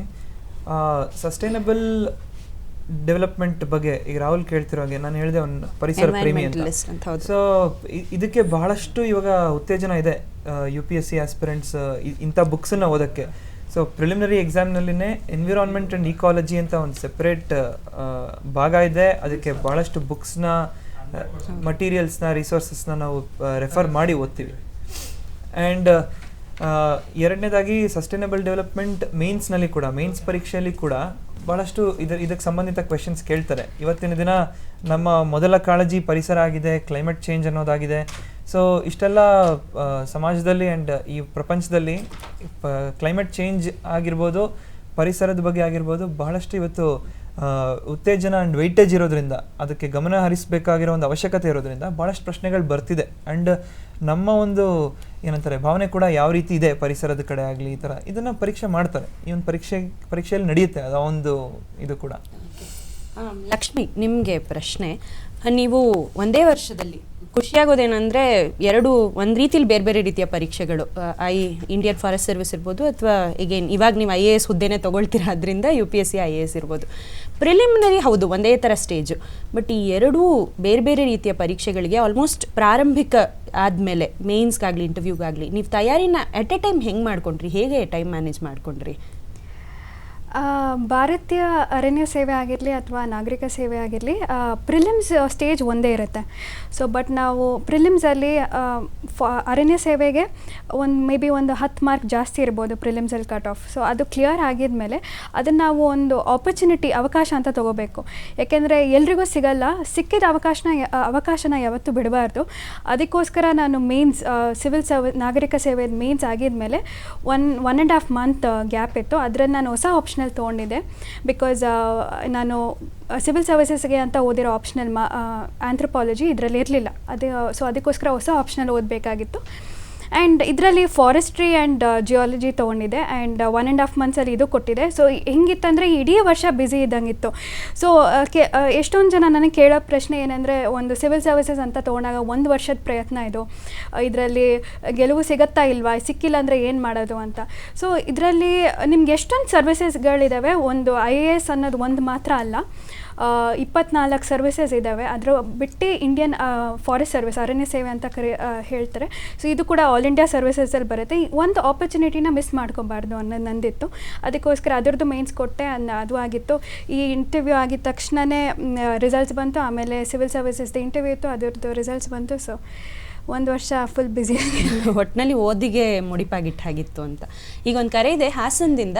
ನಮಸ್ಕಾರ, ಮಾತನಾಡಿ. ನಮಸ್ತೆ ಮೇಡಮ್. ನಮಸ್ತೆ, ಹೇಳಿ, ನಿಮ್ಮ ಪ್ರಶ್ನೆನ ಕೇಳ್ಬೋದು ಪರಾಶರ ಅವರೇ. ಹೌದು ಮೇಡಮ್, ಉತ್ತರ ಏನಪ್ಪ, ಪ್ರಶ್ನೆ ಏನಪ್ಪ ಅಂದ್ರೆ ಮೇಡಮ್, ಅಂದ್ರೆ ಬಡತನ ಅನ್ನೋದು ತುಂಬಾ ಇರುತ್ತೆ, ಮತ್ತೆ ಈ ಎಕ್ಸಾಮ್ಸ್ ಬರೀಬೇಕು ಅನ್ನೋದು ಪ್ರತಿಯೊಬ್ಬರಿಗೂ ಆಸೆ ಆಗಿರುತ್ತೆ. ಆದ್ರೆ ನಾವು ಹಳ್ಳಿನಲ್ಲಿ ಇರ್ತೀವಿ, ಮತ್ತೆ ನಮ್ಗೆ 1,000 ರೂಪಾಯಿ ಅನ್ನೋದು ದೊಡ್ಡ ಹಣ ಆಗಿರುತ್ತೆ. ಈ ರೀತಿ ಪರಿಸ್ಥಿತಿನಲ್ಲಿ ಎಕ್ಸಾಮ್ಸ್ ತಗೊಂಡಿರ್ತೀವಿ, ಆದ್ರೆ ಮೆಟೀರಿಯಲ್ಸ್ ಗಳೆಲ್ಲ ಸರಿಯಾಗಿ ಸಿಕ್ಕಿರೋದಿಲ್ಲ. ಇದಕ್ಕೆ ಯಾವ್ದಾರೋ NGOಗಳು ಅಥವಾ ಯಾವ್ದಾರೋ ಸರ್ಕಾರದಿಂದ ಸವಲತ್ತು ಇದೆಯಾ ನಮ್ಗೆ ಮೆಟೀರಿಯಲ್ ಸಿಗಕ್ಕಾಗ್ಲಿ, ಅಥವಾ ಇನ್ಯಾವ್ದಾದ್ರು ರೀತಿ ಉತ್ತೇಜನಕ್ಕಾಗ್ಲಿ? ಅಂದ್ರೆ ಹಳ್ಳಿಲಿದ್ದು ನಮ್ಗೆ ಏನು ಗೊತ್ತಿಲ್ಲದೆ ಇದು, ಮತ್ತೆ 1,500 ರೂಪಾಯಿ ಕೂಡ ಕಷ್ಟ ಆಗಿರುವಂತ ವ್ಯಕ್ತಿಗಳಿಗೆ. ಈ ಪ್ರಶ್ನೆಗೆ ಉತ್ತರ ಕೊಡೋಕೆ ಮುಂಚೆ ಇದೇ ಪ್ರಶ್ನೆನ ಕೇಳೋದಾದರೆ, ಮೊದಲು ತುಂಬ ಕಷ್ಟ ಆಗ್ತಿತ್ತು ಈ ಥರ ಬಡತನದಿಂದ ಬಂದ ವಿದ್ಯಾರ್ಥಿಗಳಿಗೆ. ಆದರೆ ಈಗ ಕೇಂದ್ರ ಸರ್ಕಾರ ಮತ್ತು ರಾಜ್ಯ ಸರ್ಕಾರ ಬಹಳಷ್ಟು ಅವೆನ್ಯೂಗಳನ್ನ ತೆರೆದಿಟ್ಟಿದೆ. ಎಷ್ಟೋ ಕಡೆ ಫ್ರೀ ಕೋಚಿಂಗ್ಸ್ ಕೊಡುತ್ತೆ, ಉಳಿಯೋಕೆ ವ್ಯವಸ್ಥೆ ಕೂಡ ಮಾಡಿಕೊಟ್ಟು. ಅದ್ರ ಬಗ್ಗೆ ವಿಶದವಾಗಿ ಹೇಳ್ಬೋದು ಆಕಾಶ್? ಇದ್ರ ಬಗ್ಗೆ ಮಾತಾಡೋದಾದರೆ, ಕರ್ನಾಟಕದ ಸರ್ಕಾರನೇ ಕೂಡ ಈಗ ನೀವು ಹಿಂದುಳಿದ ವರ್ಗದವರಾಗಿದ್ದರೆ, ನೀವು ಪರಿಶಿಷ್ಟ ಜಾತಿ ಪಂಗಡದವರಾಗಿದ್ದರೆ, ನಿಮಗೆ ಅಂತ ಆಯೋಗ, ನಮಗೆ ಅಂತ ಆಯೋಗ ಇದೆ. ಸೊ ಈಗ ಹಿಂದುಳಿದ ವರ್ಗದ ಆಯೋಗ, ಪರಿಶಿಷ್ಟ ಜಾತಿ ಪಂಗಡಗಳ ಆಯೋಗ ಕೂಡ ಈ ಒಂದು UPSC KPSC ಪರೀಕ್ಷೆ ತೆಗೆದುಕೊಳ್ಳೋರಿಗೆ ಒಂದು ಎಕ್ಸಾಮ್ ಅಂತ ಕಂಡಕ್ಟ್ ಮಾಡಿ, ಅದರ ಮೂಲಕ ಸ್ಟೂಡೆಂಟ್ಸ್ನ ಸೆಲೆಕ್ಟ್ ಮಾಡಿ ಕೋಚಿಂಗ್ ಇನ್ಸ್ಟಿಟ್ಯೂಟ್ಸ್ಗಳಿಗೆ ಕಳಿಸ್ತಾರೆ ಆ್ಯಂಡ್ ಎನ್ಕರೇಜ್ ಕೂಡ ಮಾಡ್ತಾರೆ. ಮಂತ್ಲಿ ಸ್ಟೈಫಂಡ್ ಕೊಡ್ತಾರೆ. ಡೆಲ್ಲಿ, ಹೈದರಾಬಾದ್, ಬೆಂಗಳೂರಿನಲ್ಲಿ ಉಳಿಯೋಕ್ಕೆ ಸ್ಟೈಫಂಡ್ ಆ್ಯಂಡ್ ಎಲ್ಲ ಥರದ ಒಂದು ಎನ್ಕರೇಜ್ಮೆಂಟ್ ಸಿಗುತ್ತೆ ಈ ಒಂದು ವಿಷಯವಾಗಿ. ಸೊ ಎನ್ಕರೇಜ್ಮೆಂಟ್ ಅಂತೂ ಇದೆ, ಸರ್ಕಾರದಿಂದ ಇದೆ. ನೀವು ಯಾವ ಬಡತನದ ಇದರಿಂದ ಬರ್ತಿದ್ದೀರಾ, ನಿಮ್ಮ ಬ್ಯಾಕ್ಗ್ರೌಂಡ್ ಕಷ್ಟಕರವಾದ ಒಂದು ಪರಿಸ್ಥಿತಿಯಲ್ಲಿ ಪ್ರಿಪ್ರೇಷನ್ ಮಾಡಬೇಕು ಅಂತ ಅನ್ಕೋತಿದ್ದೀರಾ ಅಂಥ ಸಂದರ್ಭದಲ್ಲೂ ಕೂಡ ನಿಮಗೊಂದು ಏನಂತಾರೆ ಅವಕಾಶ ಇದೆ, ಹೋಪ್ ಕಳ್ಕೊಬೇಡಿ ಅಂತ ಹೇಳ್ತೀನಿ. ಪ್ಲಸ್ ನೀವು 1,000 ರೂಪಾಯಿ ನೋಡೋದು ಕಷ್ಟ ಅಂತ ಹೇಳ್ತಿದ್ದೀರಾ. ನಾವೊಂದು ಉದಾಹರಣೆ ಕೊಡ್ತೀನಿ. ನೀವೀಗ ಎಷ್ಟೇ ಬಡತನ ಇರೋರು ಕೂಡ ಇವತ್ತು ಅಫೋರ್ಡಬಲ್ ಪ್ರೈಸಲ್ಲಿ ಸ್ಮಾರ್ಟ್ಫೋನ್ಗಳು ಸಿಗ್ತಾ ಇದೆ. ಸೊ ಸ್ಮಾರ್ಟ್ಫೋನ್ ಅಂತೂ ಬಳಕೆದಾರರಾಗಿರ್ತೀರ ನೀವು ಮೋಸ್ಟ್ಲಿ. ಪ್ಲಸ್ ನೀವು ರೀಚಾರ್ಜ್ ಮಾಡಿಸ್ತೀರಾ. ಎಷ್ಟಕ್ಕೆ ರೀಚಾರ್ಜ್ ಮಾಡಿಸ್ತೀರಾ? 3 ತಿಂಗಳು 4 ತಿಂಗಳು ಪ್ಯಾಕೇಜ್, 300-400 ರೂಪಾಯಿಗೆ ಪ್ಯಾಕೇಜ್ ಸಿಗುತ್ತೆ, ಅನ್ಲಿಮಿಟೆಡ್ ಡೇಟಾ ಸಿಗುತ್ತೆ. ಸೊ ಈ ಥರ ಒಂದು ಇಂಡೈರೆಕ್ಟಾಗಿ ಸರ್ಕಾರ ನಿಮಗೆ ಕಡಿಮೆ ದುಡ್ಡಲ್ಲಿ ಸ್ಮಾರ್ಟ್ಫೋನ್ ಆಗಲಿ ಇಂಟರ್ನೆಟ್ ಆಗಲಿ ಸಿಗುವಂಥ ಒಂದು ದೊರಕುವಂಥ ಒಂದು ಇದನ್ನ ಅವೆನ್ಯೂನ ಕ್ರಿಯೇಟ್ ಮಾಡಿದೆ, ವ್ಯವಸ್ಥೆನ ಕ್ರಿಯೇಟ್ ಮಾಡಿದೆ. ಸೊ ನೀವಿವತ್ತು ಯೂಟ್ಯೂಬ್ನಲ್ಲಿ ನಮ್ಮ ಎಂಟರ್ಟೈನ್ಮೆಂಟ್ಗೆ ಬೇರೆ ಏನು ಕೆಲಸ ಮಾಡ್ತೀವಿ, ಅದರ ಬದಲಾಗಿ ಓದಲಿಕ್ಕೆ UPSC KPSC ಪರೀಕ್ಷೆಗೆ ಓದಲಿಕ್ಕೆ ಬೇಕಾದಂಥ ವೀಡಿಯೋಸ್ಗಳಿದ್ದಾವೆ, ಅದನ್ನು ನೋಡ್ಬೋದು. ನಾನು ಭಾಳಷ್ಟು ದಿನ ಆಫೀಸ್ಗಳಲ್ಲಿ ಸ್ವಲ್ಪ ಫ್ರೀ ಟೈಮ್ ಸಿಕ್ತಾಗಲೂ ಕೂಡ ಕಿವಿಗೆ ಇಯರ್ಫೋನ್ಸ್ ಹಾಕೋತಿದ್ದೆ, ಯೂಟ್ಯೂಬಲ್ಲಿ ನನಗೆ ಪರೀಕ್ಷೆಗೆ ತಯಾರಿ ಮಾಡಬೇಕಾದಂಥ ವೀಡಿಯೋಸ್ ನೋಡ್ತಾ ಇದ್ದೆ. ಜೊತೆಗೆ ಒಂದು ಪೇಪರ್ ಹಿಡ್ಕೋತಾ ಇದ್ದೆ. ಒಂದು ಬುಕ್ ಅಥವಾ ಪೇಪರ್ಗೆ ಎಷ್ಟು ದುಡ್ಡು ಬೇಕಾಗುತ್ತೆ, ಒಂದು ಪೆನ್ಗೆ ಎಷ್ಟು ದುಡ್ಡು ಬೇಕಾಗುತ್ತೆ. ಬೇಸಿಕಲಿ ಛಲ ಇರಬೇಕು, ನಿಮಗೆ ಫೋಕಸ್ ಇರಬೇಕು. ನಾನು ಇದನ್ನು ಮಾಡೇ ಮಾಡ್ತೀನಿ, ಎಲ್ಲ ಕಷ್ಟಗಳನ್ನ ಮೀರಿ ಮೆಟ್ಟು ನಿಲ್ತೀನಿ ಅಂತ ಅಂದ್ಕೊಂಡ್ರೆ ನಿಮ್ಗೆಲ್ಲ ಥರ ಒಂದು ಅವಕಾಶಗಳು ತನಗೆ ತಾನೇ ಕಾಣಿಸ್ತಾ ಹೋಗುತ್ತೆ. ಸೊ ನೀವು ಗ್ರೀನ್ ಅಂತ ಯೋಚನೆ ಮಾಡಿದ್ರೆ, ನಿಮ್ಮ ತಲೆಯಲ್ಲಿ ಗ್ರೀನ್ ಅಂತ ಇಟ್ಕೊಂಡ್ರೆ ನೀವು ನೋಡೋದೆಲ್ಲ ಗ್ರೀನಾಗೆ ಕಾಣಿಸೋಕೆ ಶುರು ಆಗುತ್ತೆ.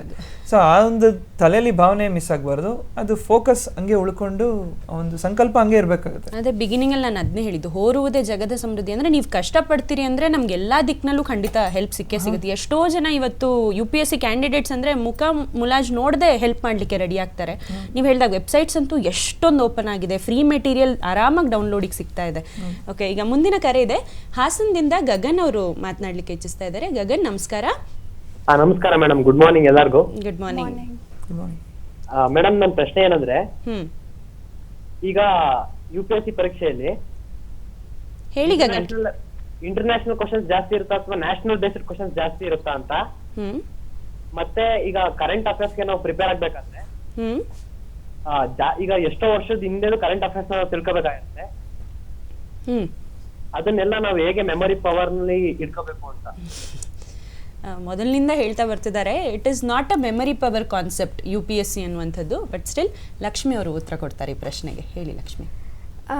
ಕರೆಂಟ್ ಅಫೇರ್ಸ್ ಅನ್ನೋದು ಐ ಥಿಂಕ್ ಅದು ಪ್ರತಿಯೊಂದು ದಿವಸನೂ ಚೇಂಜ್ ಆಗುತ್ತೆ. ಅದು ಹೇಗೆ ಚೇಂಜ್ ಆಗುತ್ತೆ ಅಂದರೆ ಇವತ್ತು ಒಂದು ಹೊಸತನ ಬರಲ್ಲ ಅದರಲ್ಲಿ. ನಿನ್ನೇನೋ ಆಗಿರುತ್ತೆ, ಅದ್ರ ಬೇಸಿಸ್ ಮೇಲೆ ಇವತ್ತೇನೋ ಒಂದು ಡೆವಲಪ್ಮೆಂಟ್ ಆಗ್ತಿರುತ್ತೆ. ಸೊ ಇದನ್ನು ನೀವು ಓವರ್ ಒಂದು ವರ್ಷ ಅಥವಾ ಒಂದು ತಿಂಗಳು ಹಂಗೆ ಫಾಲೋ ಮಾಡ್ತಾ ಬರಬೇಕಾದ್ರೆ ಇವಾಗ ನಾವು ಒಂದು ಮೂವಿ ಅಥವಾ ಒಂದು ಪಿಕ್ಚರ್ ನೋಡಿದ್ರೆ ಅದರಲ್ಲಿ ಹೇಗೆ ಸೀಕ್ವೆನ್ಸಸ್ ನಡೀತಿದೆ ಅನ್ನೋದು ನಮ್ಮ ತಲೆಯಲ್ಲಿ ನೆನಪಿರುತ್ತಲ್ವ, ಅದೇ ರೀತಿಯೇ ಇದು. ಸೊ ಇವಾಗ ಒಂದು ಕ್ಲೈಮೇಟ್ ಚೇಂಜ್ ಅಂತ ಒಂದು ಉದಾಹರಣೆಗೆ ತೊಗೊಂಡ್ರೆ ಏನಕ್ಕಾಗತ್ತೆ, ಮುಂದೆ ಏನಾಗುತ್ತೆ, ಅದಕ್ಕೆ ನಮ್ಮ ರಾಜ್ಯದಲ್ಲಿ ಏನು ಮಾಡ್ತಿದ್ದಾರೆ, ನಮ್ಮ ರಾಷ್ಟ್ರ ಲೆವೆಲಲ್ಲಿ ಏನು ಮಾಡ್ತಿದ್ದಾರೆ ಅನ್ನೋದು ನಿಮ್ಗೆ ಗೊತ್ತಿರಬೇಕು. ಹಾಗಿದ್ದಾಗ ಅದು ಈಸಿ ಆಗುತ್ತೆ. ಆ್ಯಂಡ್ ಸೊ ಕರೆಂಟ್ ಅಫೇರ್ಸ್ನ ಮೆಮರೈಸ್ ಮಾಡ್ಕೋಬಾರ್ದು. ಫಸ್ಟ್ಲಿ ಮೆಮರೈಸ್ ಮಾಡ್ಕೋಬಾರ್ದು. ಅದು ನೀವು ದಿನ ಇಡೀ ಅದನ್ನೇ ನೋಡ್ತಾ ಅಥವಾ ಪೇಪರಲ್ಲಿ ಅದೇ ಓದ್ತಿರ್ತೀವಿ, ನ್ಯೂಸಲ್ಲಿ ಅದೇ ನೋಡ್ತಿರ್ತೀವಿ, ಹಾಗಿದ್ದಾಗ ಅದು ನಮ್ಮ ತಲೆಯಲ್ಲಿ ಆಟೋಮ್ಯಾಟಿಕ್ಕಾಗಿ ಕೂತ್ಕೊಳ್ಳುತ್ತೆ. ಸೊ ಆ ಥರ ನೀವು ಮಾಡಬೇಕನ್ನೋದು ನಂದು ಒಪಿನಿಯನ್, ಸಜೆಷನ್.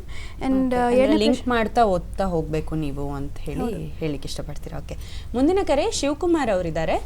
ನಮಸ್ಕಾರ ಶಿವಕುಮಾರ್, ಪೀಣ್ಯದಿಂದ ಮಾತನಾಡ್ತಿದ್ದಾರೆ ಇವರು. ನಿಮ್ಮ ಪ್ರಶ್ನೆನ ಕೇಳ್ಬೋದು. ಮ್ಯಾಮ್, ನಾವು ಈಗ ಸೆಕೆಂಡ್ PUC ಮುಗಿಸಿದೀವಿ ಈ ಸರಿ.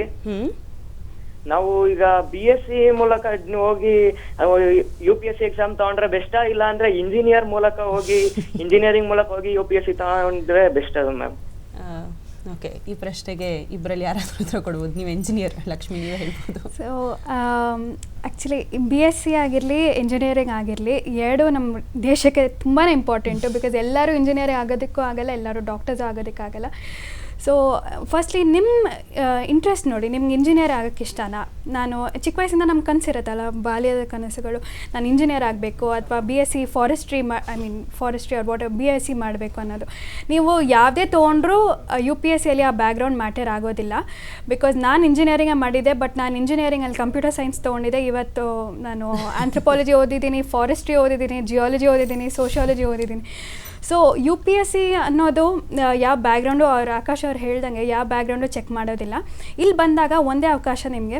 ಯಾವುದೇ ಡಿಗ್ರಿಯಲ್ಲಿ ನಿಮ್ಮ ತೊಗೊಂಡಾಗ ಮೇ ಬಿ ಇಂಜಿನಿಯರಿಂಗ್ ಅಂದರೆ ಬರೀ ಇಂಜಿನಿಯರಿಂಗ್ ಓದ್ತಿರ್ತೀವಿ, ಬಟ್ ಇಲ್ಲಿ ಇತಿಹಾಸ ಆಗಿರ್ಬೋದು, ಜಿಯೋಗ್ರಫಿ, ಪಾಲಿಟಿ, ಎನ್ವೈರ್ಮೆಂಟ್, ಸೊ ಒಂದು ಆಪ್ಷನಲ್ ಎಲ್ಲ ಇರುತ್ತೆ. ಸೊ ಇದು ಒಂದು ರೀತಿ ಹೆಂಗೆ ಹೇಳ್ಬೇಕಂದ್ರೆ ಎಲ್ಲ ಡಿಗ್ರಿ ಒಟ್ಟಿಗೆ ಸಿಕ್ಕಿದಂಗೆ. ಸೊ ಹೌದು, ಒಂದು ರೀತಿಯಲ್ಲಿ ವ್ಯಕ್ತಿತ್ವ ವಿಕಸನ ಅಂತ ಅವಾಗಲೇ ಹೇಳಿದ ಹಾಗೆ. ಈಗ ಹೊಸದುರ್ಗದಿಂದ ಹರ್ಷ ಅವ್ರು ನಮ್ಮ ಜೊತೆಗಿದ್ದಾರೆ. ಹರ್ಷ ನಮಸ್ಕಾರ, ತಮ್ಮ ಪ್ರಶ್ನೆನ ಕೇಳ್ಬೋದು. ಈಗ ನಾನು ಸೆಕೆಂಡ್ PUC ಎಕ್ಸಾಮ್ ಬರ್ತಿದ್ದೀನಿ. ಇವಾಗಿಂದ ಪ್ರಿಪೇರ್ ಆಗ್ಬೇಕು ಅಂದ್ರೆ ಯಾವ ತರ, ಮತ್ತೆ ಈಗ BA ತಗೋಬೇಕು ಅನ್ಕೊಂಡಿದ್ದೀನಿ, ಅದು ಆಪ್ಷನಲ್ಗೆ ಯಾವ ಸಬ್ಜೆಕ್ಟ್ ತಗೊಂಡ್ರೆ ಯೂಸ್ಫುಲ್ ಆಗುತ್ತೆ, ಇವಾಗಿಂದ ಪ್ರಿಪೇರ್ ಆಗುತ್ತೆ? Okay, Akash. So PUC exam ಬರ್ದಿದ್ದೀನಿ ಅಂತ ಹೇಳಿದ್ರಿ. ಇನ್ನು ಮುಂದೆ ನೀವು BA ತಗೊಳ್ಳೋ ಇಂಟ್ರೆಸ್ಟ್ ಇರೋದ್ರಿಂದ ಕಂಟಿನ್ಯೂ ಮಾಡಿ, BA ತಗೊಳ್ಳಿ. ಆ್ಯಂಡ್ BAನಲ್ಲಿನೂ ನೀವು ಯಾವ ಕಾಂಬಿನೇಷನ್ ತೊಗೋತೀರ ಅನ್ನೋದು ಕೂಡ ನಿಮ್ಮ ಇಂಟ್ರೆಸ್ಟ್ ಮೇಲೇ ಹೋಗಲಿ. ಆ್ಯಂಡ್ ಇವಾಗಲಿಂದನೇ ಯಾವ ಥರ ಪ್ರಿಪೇರ್ ಆಗಬೇಕು ಅನ್ನೋ ಪ್ರಶ್ನೆಗೆ ಒಂದು ಸಿಂಪಲ್ ಉತ್ತರ ಹೇಳೋದಾದರೆ, ನಿಮ್ಮ ಸುತ್ತಮುತ್ತಲಿನ ಆಗು ಹೋಗುಗಳ ಬಗ್ಗೆ ಎಷ್ಟು ಇಂಟ್ರೆಸ್ಟಿಂದ ಕಲಿಯೋ ಒಂದು ಉತ್ಸುಕತೆ ನಿಮ್ಮಲ್ಲಿ ಇವಾಗಿದೆ, ಹೇಗೆ ಉಳಿಸ್ಕೊಂಡು ಹೋಗ್ತೀರಾ, ಬೆಳೆಸ್ಕೊಂಡು ಹೋಗ್ತೀರಾ ನೀವು IAS ಆಗೋವರೆಗೂ ಅನ್ನೋದು ಇಂಪಾರ್ಟೆಂಟು. ಹೇಗೆ ಮಾಡ್ತೀರಾ ಇದನ್ನು ಅಂದರೆ, ನ್ಯೂಸ್ ಪೇಪರ್ಗಳನ್ನ ಓದಿ, ನಿಮ್ಮ ಕಾಲೇಜ್ ಲೈಬ್ರರಿಗಳಿಗೆ ಹೋಗಿ. ಯಾರು ಕಾಲೇಜ್ನಲ್ಲಿ ಸ್ಟೂಡೆಂಟ್ಸ್ ಯೂಶ್ವಲಿ ಲೈಬ್ರರಿಗಿಂತ ಜಾಸ್ತಿ ಬೇರೆ ಕಡೆ ಕಾಲ ಕಳೆಯೋದು ಹೆಚ್ಚು. ಆದರೂ ಕೂಡ ಯಾರ ಮಾತಿಗೂ ಕಿವಿ ಕೊಡದೆ, ಸೊ ನಿಮಗೆ ನಿಜವಾಗ್ಲೂ IAS ಆಗಬೇಕು ಅನ್ನೋ ಒಂದು ಉತ್ಸಾಹ ಇದ್ದರೆ ದಿನ ಹೋಗಿ ಅರ್ಧ ಗಂಟೆ ಸಾಕು, ಅರ್ಧ ಗಂಟೆ ಸ್ಪೆಂಡ್ ಮಾಡಿ ನ್ಯೂಸ್ ಪೇಪರ್ ತಿರುಗಿಸಿ ನೋಡಿ, ಕನ್ನಡ ಆಗಿರ್ಬೋದು, ಇಂಗ್ಲೀಷ್ ಆಗಿರ್ಬೋದು. ಸೊ ನ್ಯೂಸ್ ಪೇಪರ್ಸ್ನ ತಿರುಗಿಸಿ ನೋಡಿ, ದೆನ್ ಮ್ಯಾಗ್ಝಿನ್ಗಳನ್ನ ನೋಡಿ, ಏನು ನಡೀತಾ ಇದೆ ಸುತ್ತಮುತ್ತ, ನಮ್ಮ ಪಕ್ಕದ ತಮಿಳುನಾಡು ರಾಜ್ಯದಲ್ಲಿ ನಡೀತಾ ಇದೆ, ಅಸ್ಸಾಮಿನಲ್ಲಿ ಏನು ನಡೀತಾ ಇದೆ, ನ್ಯಾಷನಲ್ ಲೆವೆಲ್ ಮ್ಯಾಗ್ಝಿನ್ಸಲ್ಲಿ ಇದನ್ನು ಮಾತಾಡ್ತಾ ಇರ್ತಾರೆ. ಸೊ ನಿಮಗೆ ಇಂಟ್ರೆಸ್ಟ್ ಮುಂಚೆಯಿಂದನೂ ಇದ್ದರೆ ಇದನ್ನು ಖಂಡಿತವಾಗಿ ಮುಂದೆನೂ ಕೂಡ ಮುಂದುವರ್ಸ್ಕೊಂಡು ಹೋಗ್ತೀರಾ ಡೆಫಿನೆಟ್ಲಿ. ಸೊ ಆ ಒಂದು ಕೆಲಸನ ಮಾಡಿ, ನ್ಯೂಸ್ ಪೇಪರ್ನ ಮತ್ತು ಮ್ಯಾಗ್ಝಿನ್ಗಳನ್ನ. ಈ ಒಂದು UPSC ಪರೀಕ್ಷೆಗೆ ಬೇಕು ಅಂತಲೇ ಮ್ಯಾಗ್ಝಿನ್ಗಳಿದ್ದಾವೆ. ಈ ವಯಸ್ಸಿನಲ್ಲಿ ನಿಮಗೆ ಜಸ್ಟ್ PUC ಮುಗಿಸಿರೋದ್ರಿಂದ ಇವಾಗ ನಿಮಗೆ UPSC ಸಂಬಂಧಿತ ಮ್ಯಾಗ್ಝಿನ್ಗಳು ಅಷ್ಟು ಇಷ್ಟ ಆಗದೆ ಇರ್ಬೋದು, ಬಟ್ ಆದರೆ ಭಾಳಷ್ಟು ಬೇರೆ ಮ್ಯಾಗ್ಝಿನ್ಗಳಿದೆ. ಸೇಮ್ ಅದೇ ವಿಷಯಗಳನ್ನ ನಮಗೆ ಯೂಸರ್ ಫ್ರೆಂಡ್ಲಿ ಆಗಿ ಬರೆದಿರ್ತಾರೆ. ಓದೋರಿಗೆ ಇಂಟ್ರೆಸ್ಟ್ ಮೂಡಬೇಕು, ಇನ್ನು ಓದಬೇಕು ಅನ್ಸ್ಬೇಕು, ಆ ಥರ ಬರೆದಿರ್ತಾರೆ. ಅಂಥ ಮ್ಯಾಗ್ಝಿನ್ಸ್ ಓದಲಿ, ಏನು ಇಂಟ್ರೆಸ್ಟ್ ಇದೆ ಅದನ್ನು ಓದಲಿ, ಬಟ್ UPSCಗೆ ಉಪಯೋಗ ಆಗೋಂಥದ್ದು ಓದಲಿ ಅಷ್ಟೇ. ಹೌದು. ಮುಂದಿನ ಕರೆ ಜಯನಗರದಿಂದ. ನಮಸ್ಕಾರ, ಅಭಿಷೇಕ್ ಅವರೇ ಮಾತನಾಡಿ. Hello ma'am. ನಮಸ್ತೆ ಅಭಿಷೇಕ್, ಹೇಳಿ. ಮ್ಯಾಮ್, ನಾನು ಈಗ ಇಂಜಿನಿಯರಿಂಗ್ ಕಂಪ್ಲೀಟ್ ಮಾಡಿದ್ದೀನಿ. Based electronics and communication stream ಅಲ್ಲಿ ಜಾಬು ಸಿಕ್ಕಿದೆ electronics based. But UPSC start ಮಾಡಕ್ಕೆ ನಂಗೆ ಕರೆಕ್ಟ್ ಟೈಮ್ ಏನು ಸ್ಟಾರ್ಟ್ ಮಾಡ್ಬೋದಾ ಇಲ್ಲ ನಾನು ತುಂಬಾ ಲೇಟ್ ಆಗಿ ಸ್ಟಾರ್ಟ್ ಮಾಡ್ತಾ ಇದ್ದೀನಿ ಅಂತ ಕೇಳಬೇಕಿತ್ತು. ಇಲ್ಲ, ಲಕ್ಷ್ಮಿ ಅವ್ರನ್ನ ಕೂರಿಸ್ಕೊಂಡು ಈ ಪ್ರಶ್ನೆ ಕೇಳೋದೇ ತಪ್ಪಾಗುತ್ತೆ ನಾವು. ಯಾಕಂದ್ರೆ ಲಕ್ಷ್ಮಿ ಕೂಡ ಅಭಿಯಂತರ ಪದವಿಯನ್ನ ಗಳಿಸಿ 1 ವರ್ಷ ಕೆಲಸ ಕೂಡ ಮಾಡಿದ್ದಾರೆ ಅಭಿಯಂತರರಾಗಿ. She was an engineer by work also. ಅದಾದ್ಮೇಲೆ ಆಕೆ ಅವರ ಪ್ರಿಪರೇಷನ್ನ ಶುರು ಮಾಡಿದ್ರು ಅಂತ ಈಗಾಗಲೇ ಅವ್ರು ಹೇಳ್ಕೊಂಡಿದ್ದಾರೆ. ಈ ಪ್ರಶ್ನೆಗೆ ಅವರೇ ಉತ್ತರವನ್ನು ಕೊಡ್ತಾರೆ. ಇವಾಗ ನೀವು ಹೇಳಿದ್ರಿ ಇಂಜಿನಿಯರಿಂಗ್ ಮುಗಿಸಿದ್ದೀರಾ ಅಂತ. ಸೊ ನಂದು ಇಂಜಿನಿಯರಿಂಗ್ ಆಗಿದ್ಮೇಲೆ ನಿಮ್ಮ ಥರನೇ ನನಗೂ ಪ್ಲೇಸ್ಮೆಂಟ್ ಆಗಿತ್ತು. ನಾನು ಜಾಬ್ ತೊಗೊಂಡಿದ್ದೆ. ಏನಕ್ಕೆ ತೊಗೊಂಡಿದ್ದೆ ಅಂದರೆ ನಂದು ಒಂದು ಅಭಿಪ್ರಾಯ ಏನಂದರೆ, ಇಷ್ಟು ಕಾಲ ನಮ್ಮ ತಂದೆ ತಾಯಿ ಸಪೋರ್ಟ್ ಬೆಂಬಲದಿಂದ ಇದ್ದೀವಿ. ಸೊ ಇನ್ನು ಮುಂದಕ್ಕೆ ನಮ್ಮ ಕಾಲಲ್ಲಿ ನಾವು ನಿಂತ್ಕೋಬೇಕು. ಏನೇ ಫರ್ದರ್ ಸ್ಟಡೀಸ್ ಮಾಡಿದ್ರು ನಮ್ಮ ಆರ್ಥಿಕ ಸ್ಟೇಟಸ್ ಏನೇ ಇದ್ದರೂ ನಾವೇ ನೋಡ್ಕೋಬೇಕು ಅನ್ನೋದು ನಂದಿತ್ತು. ಅದಕ್ಕೋಸ್ಕರ ನಾನು 1 ವರ್ಷ ಕೆಲಸ ಮಾಡಿದ್ದೆ. ಇನ್ನೊಂದು ಅಡ್ವಾಂಟೇಜ್ ಏನಂದರೆ, ನೀವು 1 ವರ್ಷ ಜಾಬ್ ಮಾಡಿ ಬಂದಿದ್ರೆ ನೀವಿಲ್ಲಿ ಬಂದಾಗ ನಿಮ್ಗೆ ಯಾವುದೇ ಥರದ ರಿಗ್ರೆಟ್ಸ್ ಇರಲ್ಲ. ಆದರೆ ನನ್ನ ಫ್ರೆಂಡ್ ಇಲ್ಲಿ ಕೆಲಸ ಮಾಡ್ತಿದ್ದಾನೆ ಅಥವಾ ಇನ್ನೊಬ್ಬರು MS ಮಾಡ್ತಿದ್ದಾರೆ ಅನ್ನೋದು ನಿಮಗಿರಲ್ಲ. ಬಿಕಾಸ್ ನೀವು ಅದನ್ನು ಎಕ್ಸ್ಪೀರಿಯೆನ್ಸ್ ಮಾಡಿರ್ತೀರ. ಅದು ಒಳ್ಳೇದಾ ಇದು ಒಳ್ಳೇದಾ ಅಂತ ನೀವೇ ನಿರ್ಣಯ ತೊಗೊತೀರ. ಸೊ ಅದಕ್ಕೋಸ್ಕರ ನೀವು ಜಾಬ್ ಮಾಡಿ ಇಲ್ಲಿ ಬಂದಿದ್ರೆ ಇನ್ನೂ ಒಳ್ಳೇದಂತ ನನಗೆ ಅನಿಸುತ್ತೆ. ಬಿಕಾಸ್ ನಾನು ಇಲ್ಲಿ ಬಂದು 1 ವರ್ಷ ಆಗಿದ್ಮೇಲೆ ಕೆಲಸ ಬಿಟ್ಟಿದ್ದು, ರಾಜೀನಾಮೆ ಕೊಟ್ಟು ಬಂದಿದ್ದಿಲ್ಲಿ. ಈ 2 ಇಯರ್ಸಲ್ಲಿ ನನಗೆ ಯಾವುದೇ ಥರದ ರಿಗ್ರೆಟ್ಸ್ ಇಲ್ಲ ಜಾಬ್ ಮಾಡಿಲ್ಲ ಅನ್ನೋದು. ಆ್ಯಂಡ್ ನಾನು ಫಿನಾನ್ಷಿಯಲ್ ಆಗಿ ನನ್ನ ಸ್ಟಡೀಸ್ಗೋಸ್ಕರ ನಾನೇ ಸಪೋರ್ಟ್ ಮಾಡ್ಕೊಂಡಿದ್ದೆ. ಸೊ ಅದೊಂದು ಖುಷಿ ನಂದು ಇದರಿಂದ ಆಗಿದ್ದೀನಿ ಅಂತ. ಸೊ ಅದೇ ಥರ ಮಾಡಬೇಕಂದ್ರೂ ಮಾಡ್ಬೋದು, ಅಥವಾ ನಿಮಗೆ ತುಂಬ ಲೇಟ್ ಆಗಿದೆ ಇವಾಗಲೇ ಸ್ಟಾರ್ಟ್ ಮಾಡಬೇಕಂದ್ರೂ ಏನೋ ಚಿಂತೆ ಇಲ್ಲ, ಈಗಲೂ ಕೂಡ ಸ್ಟಾರ್ಟ್ ಮಾಡ್ಬೋದು. ಓಕೆ ಆಕಾಶ್, ನೀವು ಆವಾಗಲೇ ಹೇಳಿದಾಗೆ ನಾನು 6 ವರ್ಷದ ಹಿಂದೆ ಓದಕ್ಕೆ ಶುರು ಮಾಡಿದಾಗಲೇ ಬೇರೆ ಆಕಾಶ್ ಆಗಿದ್ದೆ. 6 ವರ್ಷ ಕಳೆದಾಗ ನಾನು ತಿರುಗಿ ನೋಡಿಕೊಂಡ್ರೆ ಐ ಆಮ್ ಟೋಟ್ಲಿ ಡಿಫ್ರೆಂಟ್ ಅಂತ. ಬಹುಶಃ UPSC ಕೇಳೋದು ಅದನ್ನೇ. UPSC ಆವಾಗಲೇ ಹೇಳಿದಾಗ ಮೆಮರಿ ಮತ್ತೊಂದಲ್ಲ, ನಿಮ್ಮ ಸಾಮರ್ಥ್ಯ ವ್ಯಕ್ತಿತ್ವ ರೂಪದಲ್ಲಿ ಹೇಗೆ ಹೊರಗೆ ಬರ್ತಾ ಇದೆ ಅಂತ. ಇದನ್ನು ಯಾಕೆ ಹೇಳ್ತಿದ್ದೀನಿ ಅಂದರೆ, ಅಲ್ಟಿಮೇಟ್ ಇಂಟರ್ವ್ಯೂ. ನೀವು ಆ ಜಾಗಕ್ಕೆ ಹೋದಾಗ ನಿಮಗೆ ಮೆಮರಿ ಪವರ್ ಕ್ವೆಶನ್ ಖಂಡಿತ ಕೇಳಲ್ಲ, ನೀವೇನು ಅಂತ ತಿಳ್ಕೊಳ್ಳೋಕ್ಕೆ ಕೇಳ್ತಾರೆ. ನಿಮ್ಮ ಆ ಒಂದು ವ್ಯಕ್ತಿತ್ವ ಪರೀಕ್ಷೆ ಹೇಗಿತ್ತು, ಇಂಟರ್ವ್ಯೂ ಹೇಗಿತ್ತು, ಅದ್ರ ಬಗ್ಗೆ ಹೇಳ್ಬೋದಾ? ಖಂಡಿತವಾಗಿ. ನನ್ನ ವ್ಯಕ್ತಿತ್ವ ಪರೀಕ್ಷೆ ಮಾರ್ಚ್ 12 ಬೆಳಗ್ಗೆ 10 ಗಂಟೆಗಿತ್ತು. ನಾನೇ I was the first person to go. But ಆದರೆ ನನ್ನ ವ್ಯಕ್ತಿತ್ವದ ಪರೀಕ್ಷೆ 10 ಗಂಟೆ ಮುಂಜಾನೆ ಮಾರ್ಚ್ 12ಕ್ಕೆ ಶುರು ಆಗಿರಲಿಲ್ಲ. ನನ್ನ ವ್ಯಕ್ತಿತ್ವದ ಪರೀಕ್ಷೆ ಕಳೆದ ವರ್ಷ 2018ನಲ್ಲಿ ನಾ ಈ ಪರೀಕ್ಷೆನ ಭಾಳಷ್ಟು ಗ್ಯಾಪ್ನ ನಂತರ 2017ನಲ್ಲಿ ಫೇಲ್ಯೂರ್ ಆಗಿದ್ದೆ. ಅದರ ಮುಂಚೆ ನಾನು ಏನಂತಾರೆ ಈ ಒಂದು ಪರೀಕ್ಷೆನ ಕ್ಲಿಯರ್ ಕೂಡ ಮಾಡಿದ್ದೆ. KPSC ಸರ್ವಿಸ್ ಆಲ್ರೆಡಿ ಸಿಕ್ಕಿದೆ. ಇಷ್ಟೆಲ್ಲ ಇದ್ದರೂ ಕೂಡ ನಾನು ಯಾಕೆ ಈ ಪರೀಕ್ಷೆನ ಮತ್ತೆ ತೊಗೊಂಡು ಬರಿಬೇಕು ಮಾಡಬೇಕು ಅಂತ ಅಂದ್ಕೊಂಡನೋ ಅವಾಗಲಿಂದ ನನ್ನ ವ್ಯಕ್ತಿತ್ವ ಪರೀಕ್ಷೆ ಶುರು ಆಗಿಬಿಡ್ತು. ಸೊ ಅದು ಹಂಗೆ ಆ ರೀತಿಯಾಗಿ ಹೇಳೋದಾದರೆ ಫೆಬ್ರವರಿ 2018ನಲ್ಲೇ ಶುರು ಆಗಿಬಿಡ್ತು ನನ್ನ ವ್ಯಕ್ತಿತ್ವದ ಪರೀಕ್ಷೆ. ಇವತ್ತಿಗೂ ನಡೀತಿದೆ, ಈ ಕ್ಷಣದಲ್ಲೂ ನಡೀತಾ ಇದೆ. ಸೊ ಇದೊಂದು ಆನ್ಗೋಯಿಂಗ್ ಪ್ರಾಸೆಸ್. UPSC ಏನು ಎಕ್ಸ್ಪೆಕ್ಟ್ ಮಾಡುತ್ತೆ ಅಂದರೆ, ನೀವು ಎಷ್ಟು ರೆಡಿಯಾಗಿದ್ದೀರಾ ಟು ಎವಾಲ್ವ್ ಅಂತ. ಈ ಒಂದು ಎವಲ್ಯೂಷನ್ನಲ್ಲಿ ನೀವು ಯಾವ ರೀತಿ ಎಲ್ಲದನ್ನು ಪರಿಗಣಿಸ್ತಾ ಇದ್ದೀರಾ. ಸೊ ಇದ್ರ ಹಿಂದೆನೂ ನಾನು ಇಂಟರ್ವ್ಯೂ ಕೊಟ್ಟಿದ್ದೆ.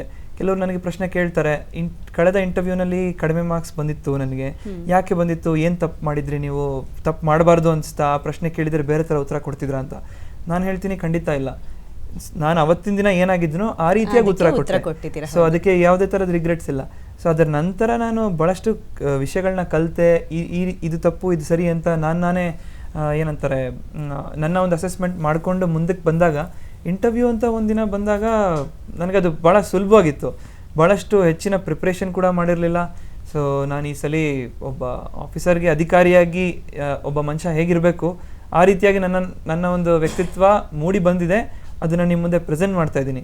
So I am presenting myself to UPSC and the country. So ನೀವು ನನ್ನ ತೊಗೊಳ್ತಾ ಇದ್ದೀರಾ ಅಂದರೆ ನಾನು ನಿಮ್ಗೆ ಆಭಾರಿಯಾಗಿರ್ತೀನಿ ಅಂತಲೇ ನನ್ನ ಭಾವನೆ ಇತ್ತು. ಭಾಳಷ್ಟು ಕಷ್ಟ ಅನಿಸ್ಲಿಲ್ಲ ನನಗೆ. ಅದೇ ಸೆಲ್ಫ್ ಕಾನ್ಫಿಡೆನ್ಸ್ ಒಂದು, ಜೊತೆಗೆ ಬಹುಶಃ ನೀವು ಕೆಲಸ ಮಾಡ್ತಿದ್ದ ಒಂದು ಅಧಿಕಾರದ ಪದವಿ ಕೂಡ ಅದಕ್ಕೆ ಅಷ್ಟು ಕಾನ್ಫಿಡೆನ್ಸ್ ನಿಮಗೆ ಕೊಟ್ಟಿತ್ತು ಅಂತ ಅನ್ಕೋತೀನಿ. ಅದು ಖಂಡಿತವಾಗಿ. ಓಕೆ, ಆಕರ್ಷ್ ಅವರು ಕರೆ ಮಾಡಿದ್ದಾರೆ ಹಾಸನದಿಂದ. ನಮಸ್ಕಾರ ಆಕರ್ಷ್, ಮಾತನಾಡಿ. ಹಲೋ. ಹಾಂ ಹೇಳಿ, ಮಾತನಾಡಿ. ಹಲೋ, ಮಾತು ಕೇಳ್ತಾ ಇದೆಪ್ಪ, ಮಾತನಾಡಬಹುದು ನೀವು. ನಾನು ಹಾಸನಿಂದ, ನಾನು 7th ಸ್ಟ್ಯಾಂಡರ್ಡ್ ಓದ್ತಾ ಇದ್ದೀನಿ. ಅಯ್ಯೋ, ಸೋ ಸ್ವೀಟ್. ಮಾತಾಡು ಪುಟ. ನಾನು ಅವರ ಇಬ್ಬರಿಗೂ ಕಂಗ್ರ್ಯಾಚುಲೇಷನ್ಸ್ ಹೇಳ್ಬೇಕು. Thank you. ಮತ್ತೆ ನಮಗೆ UPSC ಓದಕ್ಕೆ ಒಂದು ಸ್ವಲ್ಪ ಕೆಲವು ಟಿಪ್ಸ್ ಕೊಡಿ. ಪುಟ 7ನೇ ಕ್ಲಾಸ್ನಲ್ಲೇ ಈ ಪ್ರಶ್ನೆ ಕೇಳ್ತಾ ಇದೆಯಾ? ಓಕೆ, ಒಳ್ಳೆಯದಾಗಲಿ. ಲಕ್ಷ್ಮಿ, ಏನು ಹೇಳಲಿಕ್ಕೆ ಇಷ್ಟಪಡ್ತೀರಾ?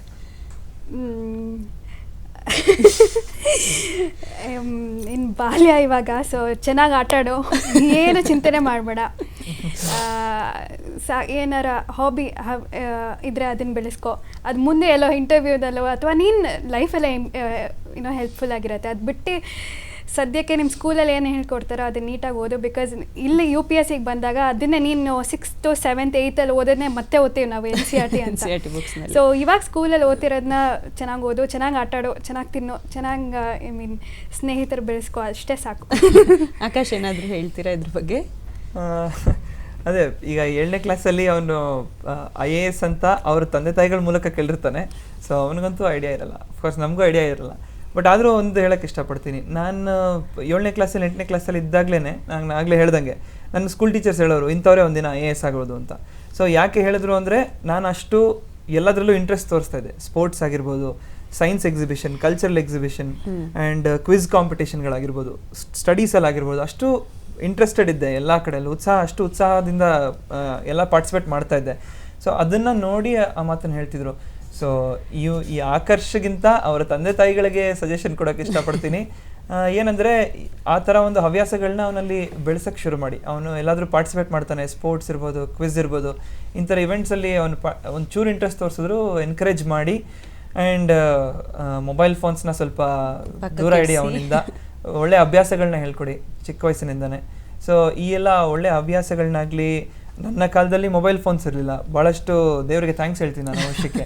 ಸೊ ಇವತ್ತು we have lost a lot of piece of mind. ಅದರಿಂದ ಪೀಸ್ ಆಫ್ ಮೈಂಡ್ ಅನ್ನೋಕ್ಕಿಂತ ಉಪಯೋಗಕ್ಕಿಂತ ಏನಂತಾರೆ ಅದರಲ್ಲಿ ಜಾಸ್ತಿ ಎಂಗೇಜ್ ಇನ್ವೆಸ್ಟ್ ಮಾಡ್ತಿದ್ದೀವಿ ಟೈಮ್ನ ಅಂತ ಹೇಳ್ಬೋದು. ಸೊ ಮೊಬೈಲ್ ಫೋನ್ಸಿಂದ ಅವನ್ನ ಸ್ವಲ್ಪ ದೂರ ಇಡಿ, ಸ್ಪೋರ್ಟ್ಸ್ ಆಡಿಸಿ, ಹೊರಗೆ ಕಳಿಸಿ ಜಾಸ್ತಿ.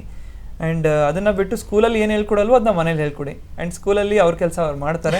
ಆ್ಯಂಡ್ ಡೆಫಿನೆಟ್ಲಿ ಆಗ್ತೀಯಾ, ಇದೇ ಇಂಟ್ರೆಸ್ಟ್ ಇಡ್ಕೋ, ಒಂದಿನ ಟಿವಿಲಿ ಬರ್ತೀಯಾ ಆ್ಯಂಡ್ ಹೇಳ್ತೀಯಾ. ಒಂದೇನಂದರೆ, ಚಂದನ ವಾಹಿನಿಯ ಪರವಾಗಿ ಕೇಳ್ಕೊಳ್ಳೋದು, ಬಾಲ್ಯಾವಸ್ಥೆಯನ್ನು ಬಾಲ್ಯವಾಗೇ ಇರ್ಲಿಕ್ಕೆ ಬಿಟ್ಬಿಡಿ ಮಕ್ಕಳಿಗೆ. ಅವರು ಒಂದು ಆ ಬಾಲಿಶತೆ, ಆ ಮುಗ್ಧತೆ ಇರುತ್ತಲ್ಲ, ಅದನ್ನು ಹಾಗೇ ಉಳಿಸಿ. ಅವ್ರದ್ದು ಏನಾದರೂ ಏಮ್ಸ್ ಇರಲಿ. ನೀವು ಪೇರೆಂಟ್ಸ್ಗೆ ಅಂದರೆ ಕಳಕಳಿಯಿಂದ ಕೇಳ್ಕೊಳ್ಳೋದು, ಅವ್ರ ತಲೆಗೆ ನೀವು ಏನೇನೋ ಹೊರಿಸ್ಬೇಡಿ. ಆ ಮಕ್ಕಳು ಏನು ಬಾಲ್ಯದಲ್ಲಿ ಬೆಳಿಲಿಕ್ಕೆ ಇಷ್ಟಪಡ್ತಾರೋ ಖುಷಿಯಿಂದ ಬೆಳೀಲಿ, ಎಲ್ಲವನ್ನೂ ಖುಷಿಯಿಂದ ಹೇಳ್ಕೊಡಿ ಅವರಿಗೆ. ನೀನು ಇದೇ ಆಗು ಅಂತ ಹಠಕ್ಕೆ ಬಿದ್ದು ಆ ಮಕ್ಕಳ ಬಾಲ್ಯವನ್ನು ಒಂಥರ ಆಗಲೇ ಹೇರಿ ಇಟ್ಬಿಡಬೇಡಿ ಅಂತ ಒಂದು ಕಳಕಳಿಯ ಕೋರಿಕೆ ವಾಹಿನಿಯ ಪ್ರಕಾರ. ಈಗ ಮುಂದಿನ ಒಂದು ಕರೆ ಇದೆ. ಸುಭಾಷ್ ಅವ್ರು ಮಾತನಾಡ್ತಿದ್ದಾರೆ ಚಿತ್ರದುರ್ಗದಿಂದ. ನಮಸ್ಕಾರ ಸುಭಾಷ್, ಪ್ರಶ್ನೆನ ಕೇಳ್ಬೋದು? ನಮಸ್ಕಾರ ಮೇಡಮ್. ಹೇಳಿ ಸುಭಾಷ್. ನಮ್ಮ ಮಗಳು 4ನೇ ವರ್ಷ ಇಂಜಿನಿಯರಿಂಗ್ ಮೇಡಮ್. ಹಾಂ, ಈಗ ಅವ್ರಿಗೆ UPSC ಪರೀಕ್ಷೆ ಬರೆಸ್ಬೇಕಂತ ಇದೆ ಮೇಡಮ್. ಅವ್ರಿಗೆ ಇದು ಸಮಾಜ ಕಲ್ಯಾಣ ಆಫೀಸಿಂದ ಫ್ರೀ ಕೋಚಿಂಗ್ ಸೆಂಟರ್ ಎಕ್ಸಾಮ್ ಮಾಡ್ತಾರಲ್ಲ ಮೇಡಮ್. ಅದು ಡೇಟ್ ನಮಗೆ ಗೊತ್ತಿಲ್ಲ ಮೇಡಮ್, ಯಾವಾಗ ಮಾಡ್ತಾರ ಸ್ವಲ್ಪ ಆಕಾಶ್ ಅವ್ರಿಗೆ ಕೇಳಿ. ಸುಭಾಷ್ ಅವರೇ, ಮೊದಲನೇದಾಗಿ 4ನೇ ವರ್ಷದ ಎಂಜಿನಿಯರಿಂಗ್ನಲ್ಲಿದ್ದಾರೆ. ನಾವು ಆವಾಗಲೇ ಮಾತಾಡ್ತಾ ಇದ್ವಿ, ನಾನಾಗಲಿ ಅಥವಾ ಎಕ್ಸ್ಪರ್ಟ್ಸ್ ಆಗಲಿ, ಒಂಥರ ನಾವು ರೆಡಿ ಆಗದೇ ಒಂದು ಅಟೆಂಪ್ಟ್ ಕೊಡೋದಿದೆಯಲ್ಲ, ಬಹುಶಃ ಅದು ನಮಗೆ ಮುಂದೆ ಭಾರಿ ಆಗಿಬಿಡುತ್ತೆ. ಸೊ 4ನೇ ವರ್ಷದ ಎಂಜಿನಿಯರಿಂಗ್ನಲ್ಲಿದ್ದಾರೆ. ನೀವಿಬ್ಬರು ಅದನ್ನೇ ಹೇಳ್ತೀರಾ ಅಂತ ಅನ್ಕೊತೀನಿ. ಅವರು ಎಂಜಿನಿಯರಿಂಗ್ ಮುಗಿಸ್ಲಿ, ಆಮೇಲೆ ಓದ್ಲಿಕ್ಕೆ ಶುರು ಮಾಡಿ, ರೆಡಿ ಆದಮೇಲೆ ಒಂದು ಅಟೆಂಪ್ಟ್ ಕೊಡಲಿ. ಒಂದು ಜೊತೆಗೆ ನೋಟಿಫೈ ಮಾಡ್ತಾರಪ್ಪ, ನೀವು ಆನ್ಲೈನ್ನಲ್ಲೇ ಚೆಕ್ ಮಾಡಬೇಕಾಗತ್ತೆ ಈ ಒಂದು ಸಮಾಜ ಕಲ್ಯಾಣ ಇಲಾಖೆ ಪರೀಕ್ಷೆ ಯಾವಾಗಿರುತ್ತೆ ಅನ್ನೋದ್ರ ಬಗ್ಗೆ. ಎಂಜಿನಿಯರಿಂಗ್ ಕಳೆದ ಮೇಲೆ ಇದ್ರ ಬಗ್ಗೆ ನೀವು ಖಂಡಿತ ತಿಳಿಸ್ಕೊಂಡು ಆಮೇಲೆ ವರ್ಷದ ಪರೀಕ್ಷೆ ಬರೆಸಿ ಸಮಾಜ ಕಲ್ಯಾಣ ಇಲಾಖೆಯಿಂದ ಖಂಡಿತ ಮುಂದಕ್ಕೆ ತಗೊಳ್ಳಿ. ಈಗ ನಾನು ನಿಮ್ಮಿಬ್ಬರನ್ನು ಕೇಳ್ತಿದ್ದೀನಿ, ಇದೇ ಉತ್ತರ ನೀವು ಕೊಡಬಹುದು ಅಂತ ಅಂದ್ಕೊಂಡು. ಮುಂದಿನ ಒಂದು ಕರೆ ಇದೆ, ಕರೆಯನ್ನು ತೆಗೆದುಕೊಳ್ಳೋಣ. ಸರಿ ಸರ್. ನಮಸ್ತೆ, ಮಾತನಾಡಿ. ನಮಸ್ತೆ ಮೇಡಮ್. ನಮಸ್ತೆ ಮೇಡಮ್. ಹಾಂ, ಹೇಳಿ ಮೇಡಮ್. ನಾನು ಸುರೇಶ್ ಅಂತ ಹೇಳಿ ಕಂಚಿಕಾರ್ ಕೊಪ್ಪಲು ಇಂದ ಮಾತಾಡ್ತಾ ಇದ್ದೀನಿ ಮೇಡಮ್. ನಾನು ಶಿಕ್ಷಣ ಇಲಾಖೆಯಲ್ಲಿ ಕೆಲಸ ಮಾಡ್ತಾ ಇದ್ದೀನಿ ಮೇಡಮ್. ನಂದು ಇವ್ರಿಗೆ 2 ಪ್ರಶ್ನೆಗಳಿದೆ ಮೇಡಮ್. ಒಂದು, ಈಗ ನಾಗರಿಕ ಸೇವಾ ಪರೀಕ್ಷೆಗಳು ಅಂತಂದ್ರೆ ಕೇವಲ ಉಳ್ಳವರಿಗೆ ಮತ್ತು ಅದು ಹೆಚ್ಚು ಸಪೋರ್ಟ್ ಮಾಡುತ್ತೆ, ಅವ್ರಿಗೆ ಅನುಕೂಲಗಳಿರುತ್ತದೆ, ಅದ್ರ ಮೂಲಕ ಅವರು ಯಶಸ್ವಿ ಆಗ್ತಾರೆ ಅಂತಕ್ಕಂಥದ್ದು. ನನ್ನ ಇಂಟೆನ್ಷನ್ ಏನು ಅಂತಂದ್ರೆ, ಗ್ರಾಮೀಣ ಭಾಗದ ಪ್ರತಿಭಾವಂತ ವಿದ್ಯಾರ್ಥಿಗಳು ಈ ನಾಗರಿಕ ಸೇವಾ ಪರೀಕ್ಷೆಗಳನ್ನ ಹೇಗೆ ಬೆನ್ನತ್ಬಹುದು, ಅದರಲ್ಲಿ ಯಶಸ್ವಿ ಆಗ್ಲಿಕ್ಕೆ ಏನ್ ಟಿಪ್ಸ್ ಕೊಡ್ಬೋದು ಅಂತ ಹೇಳಿ ಮೊದಲನೇ ಪ್ರಶ್ನೆ. ಎರಡನೇದು, ಇದು ನಾಗರಿಕ ಸೇವಾ ಪರೀಕ್ಷೆಗಳಿಗೆ ಈ ಸೈನ್ಸ್ ಬ್ಯಾಕ್ ಗ್ರೌಂಡ್ ಇಂಪಾರ್ಟೆಂಟ್ ಆಗುತ್ತಾ, ಅಥವಾ ಕಾಮರ್ಸ್ ಆರ್ಟ್ಸ್ ಗ್ರಾಜುಯೇಷನ್ ಮಾಡಿದ್ರೆ ಅದು ಸಪೋರ್ಟ್ ಆಗುತ್ತೆ ಅನ್ನೋದ್ರ ಬಗ್ಗೆ ಒಂದು ಸ್ಪಷ್ಟೀಕರಣ ಬೇಕಿತ್ತು ಮೇಡಮ್ ಒಂದು ಅದ್ರ ಬಗ್ಗೆ. ಓಕೆ, ಈ ಎರಡೂ ಪ್ರಶ್ನೆಗಳಿಗೆ ಬಹುಶಃ ಇಬ್ಬರು ಈಗಾಗಲೇ ಸುಮಾರು ಸಲ ಕ್ಲಾರಿಫೈ ಮಾಡ್ತಾ ಬಂದಿದ್ದಾರೆ. ನೀವು ಉಳ್ಳವರಿಗೆ ಮಾತ್ರ ಈ ಪರೀಕ್ಷೆ ಅನ್ನುವಂಥ ಒಂದು ಮಿತ್ ಇದೆಯಲ್ಲ, ಅದು ಮಿತ್ತಾಗೆ ಉಳಿದು ಬಿಡಲಿ, ಅದು ಒಂದು ಪುರಾಣದ ಕತೆ ಥರ ಖಂಡಿತ ಅಲ್ಲ. ಅದ್ರ ಬದಲಾಗಿ ನೀವು ಏನು ಅಂದ್ಕೊಂಡಿದ್ದೀರಾ ಅದನ್ನ ಸಾಧಿಸೋಕ್ಕೆ ನೀವು ರಹದಾರಿಗಳನ್ನ ಹುಡ್ಕೋಬೇಕಾಗತ್ತೆ. ಮೊದಲನೇ ಪ್ರಶ್ನೆ ಅಂದರೆ ಎರಡನೇ ಪ್ರಶ್ನೆನೂ ನೀವು ಕೇಳಿದ್ರಿ, ಅದು ಎರಡಕ್ಕೂ ಈಗಾಗಲೇ ಉತ್ತರ ಕೊಟ್ಟಿದ್ದಾರೆ, ಯಾವ ರೀತಿ ಅವ್ರು ಇದು ಮಾಡಬೇಕು ಅಂತ. ಮತ್ತು ಏನಾದರೂ ನೀವು ಸ್ಪಷ್ಟಪಡಿಸೋದಾದ್ರೆ ನಿಮ್ಮಿಬ್ಬರಲ್ಲಿ? ಒಂದು ಸ್ಪಷ್ಟತೆ ಏನು ಕೊಡೋಕ್ಕೆ ಇಷ್ಟಪಡ್ತೀನಿ ಅಂದರೆ, ಈ ಉಳ್ಳವರು ಅಂತ ಹೇಳ್ತಿದ್ದಾರೆ. ಈಗ ನಾವು ಸಕ್ಸಸ್ಫುಲ್ ಈಗ IAS ಆಸ್ಪಿರೆಂಟ್ಸ್ನ ಮಾತ್ರ ನೋಡೋದು ಬೇಡ. IAS ಪರೀಕ್ಷೆಗೆ ಉತ್ತೀರ್ಣರಾಗಿ ನಾವೇನು ರ್ಯಾಂಕ್ ತೆಗೆದಿದ್ದೀವಿ ನಮ್ಮನ್ನಷ್ಟೇ ನೋಡೋದು ಬೇಡ. ಕೆಲವರು ಭಾಳಷ್ಟು ಜನ ಇವತ್ತು ಹೊರಗಿನ ಜಗತ್ತಿನಲ್ಲಿ ಕೂಡ ಸಕ್ಸಸ್ಫುಲ್ ಪೀಪಲ್ ಅಂತ ಇದ್ದಾರೆ. ಫಾರ್ ಎಕ್ಸಾಂಪಲ್ ಯಶ್ ಇದ್ದಾರೆ, ದರ್ಶನ್ ಇದ್ದಾರೆ. ಅವರು ಪರಿಶ್ರಮದಿಂದ ಬಂದಿರೋರು ಇವತ್ತಿನ ದಿನ. ಅಥವಾ ಭಾಳಷ್ಟು ಜನ ದೊಡ್ಡ ದೊಡ್ಡ ವ್ಯಕ್ತಿತ್ವದ ಹೊಂದಿರೋರು ಇದ್ದಾರೆ. ಸ್ವಂತ ಕಾಲ ಮೇಲೆ ನಿಂತು ಸ್ವಂತ ಏನಂತಾರೆ ಪರಿಶ್ರಮದಿಂದ ಬೆಳೆದಂಥವ್ರು. ಆ್ಯಂಡ್ ಎಲ್ಲನೂ ಗಳಿಸಿ ಉಳ್ಳವರಾಗ್ತಾರೆ. ಯಾರು ಉಳ್ಳವರಾಗಿನೇ ಶುರು ಮಾಡಲ್ಲ. ಅದನ್ನು ಹೇಳಕ್ಕೆ ಇಷ್ಟಪಡ್ತೀನಿ. ಲಕ್ಷ್ಮಿ, ನಾವು ಅವ್ರಿಗೆ ಕೇಳಿದ ಹಾಗೆ ಇಂಟರ್ವ್ಯೂ ಪ್ರಶ್ನೆ, ನಿಮ್ಮ ಇಂಟರ್ವ್ಯೂ ಹೇಗಿತ್ತು? ಅಂದರೆ ಆ ಒಂದು ವ್ಯಕ್ತಿತ್ವ ಪರೀಕ್ಷೆ ನಿಮಗೆ ಹೇಗೆ ಎದುರಾಗಿತ್ತು ಅವತ್ತು? ನಾನು ಈ ವರ್ಷ 2 ಇಂಟರ್ವ್ಯೂ ಕೊಟ್ಟಿದ್ದೆ. ಸೊ ಮೊದಲನೇದಾಗಿ ಇಂಟರ್ವ್ಯೂ ಅಂತ ಇದನ್ನು ಯಾರೂ ಕರೆಯೋದಿಲ್ಲ. ವ್ಯಕ್ತಿತ್ವ ಅದು ಒಂದು ನಾವು ಹೇಗಿದ್ದೀವಿ ಪರ್ಸನಾಲಿಟಿನ ಟೆಸ್ಟ್ ಮಾಡೋ ಒಂದು ಇಟ್ಸ್ ಅನ್ ಇವೆಂಟ್, UPSC ಆ ಥರ ಮಾಡೋದು. ಸೊ ಇದರಲ್ಲಿ ನಾವು ನನಗೆ ಕೇಳೋ ಪ್ರಶ್ನೆ ನಿಮಗೆ ಕೇಳಬೇಕು ಅನ್ನೋದು ಕೂಡ ಏನಿಲ್ಲ.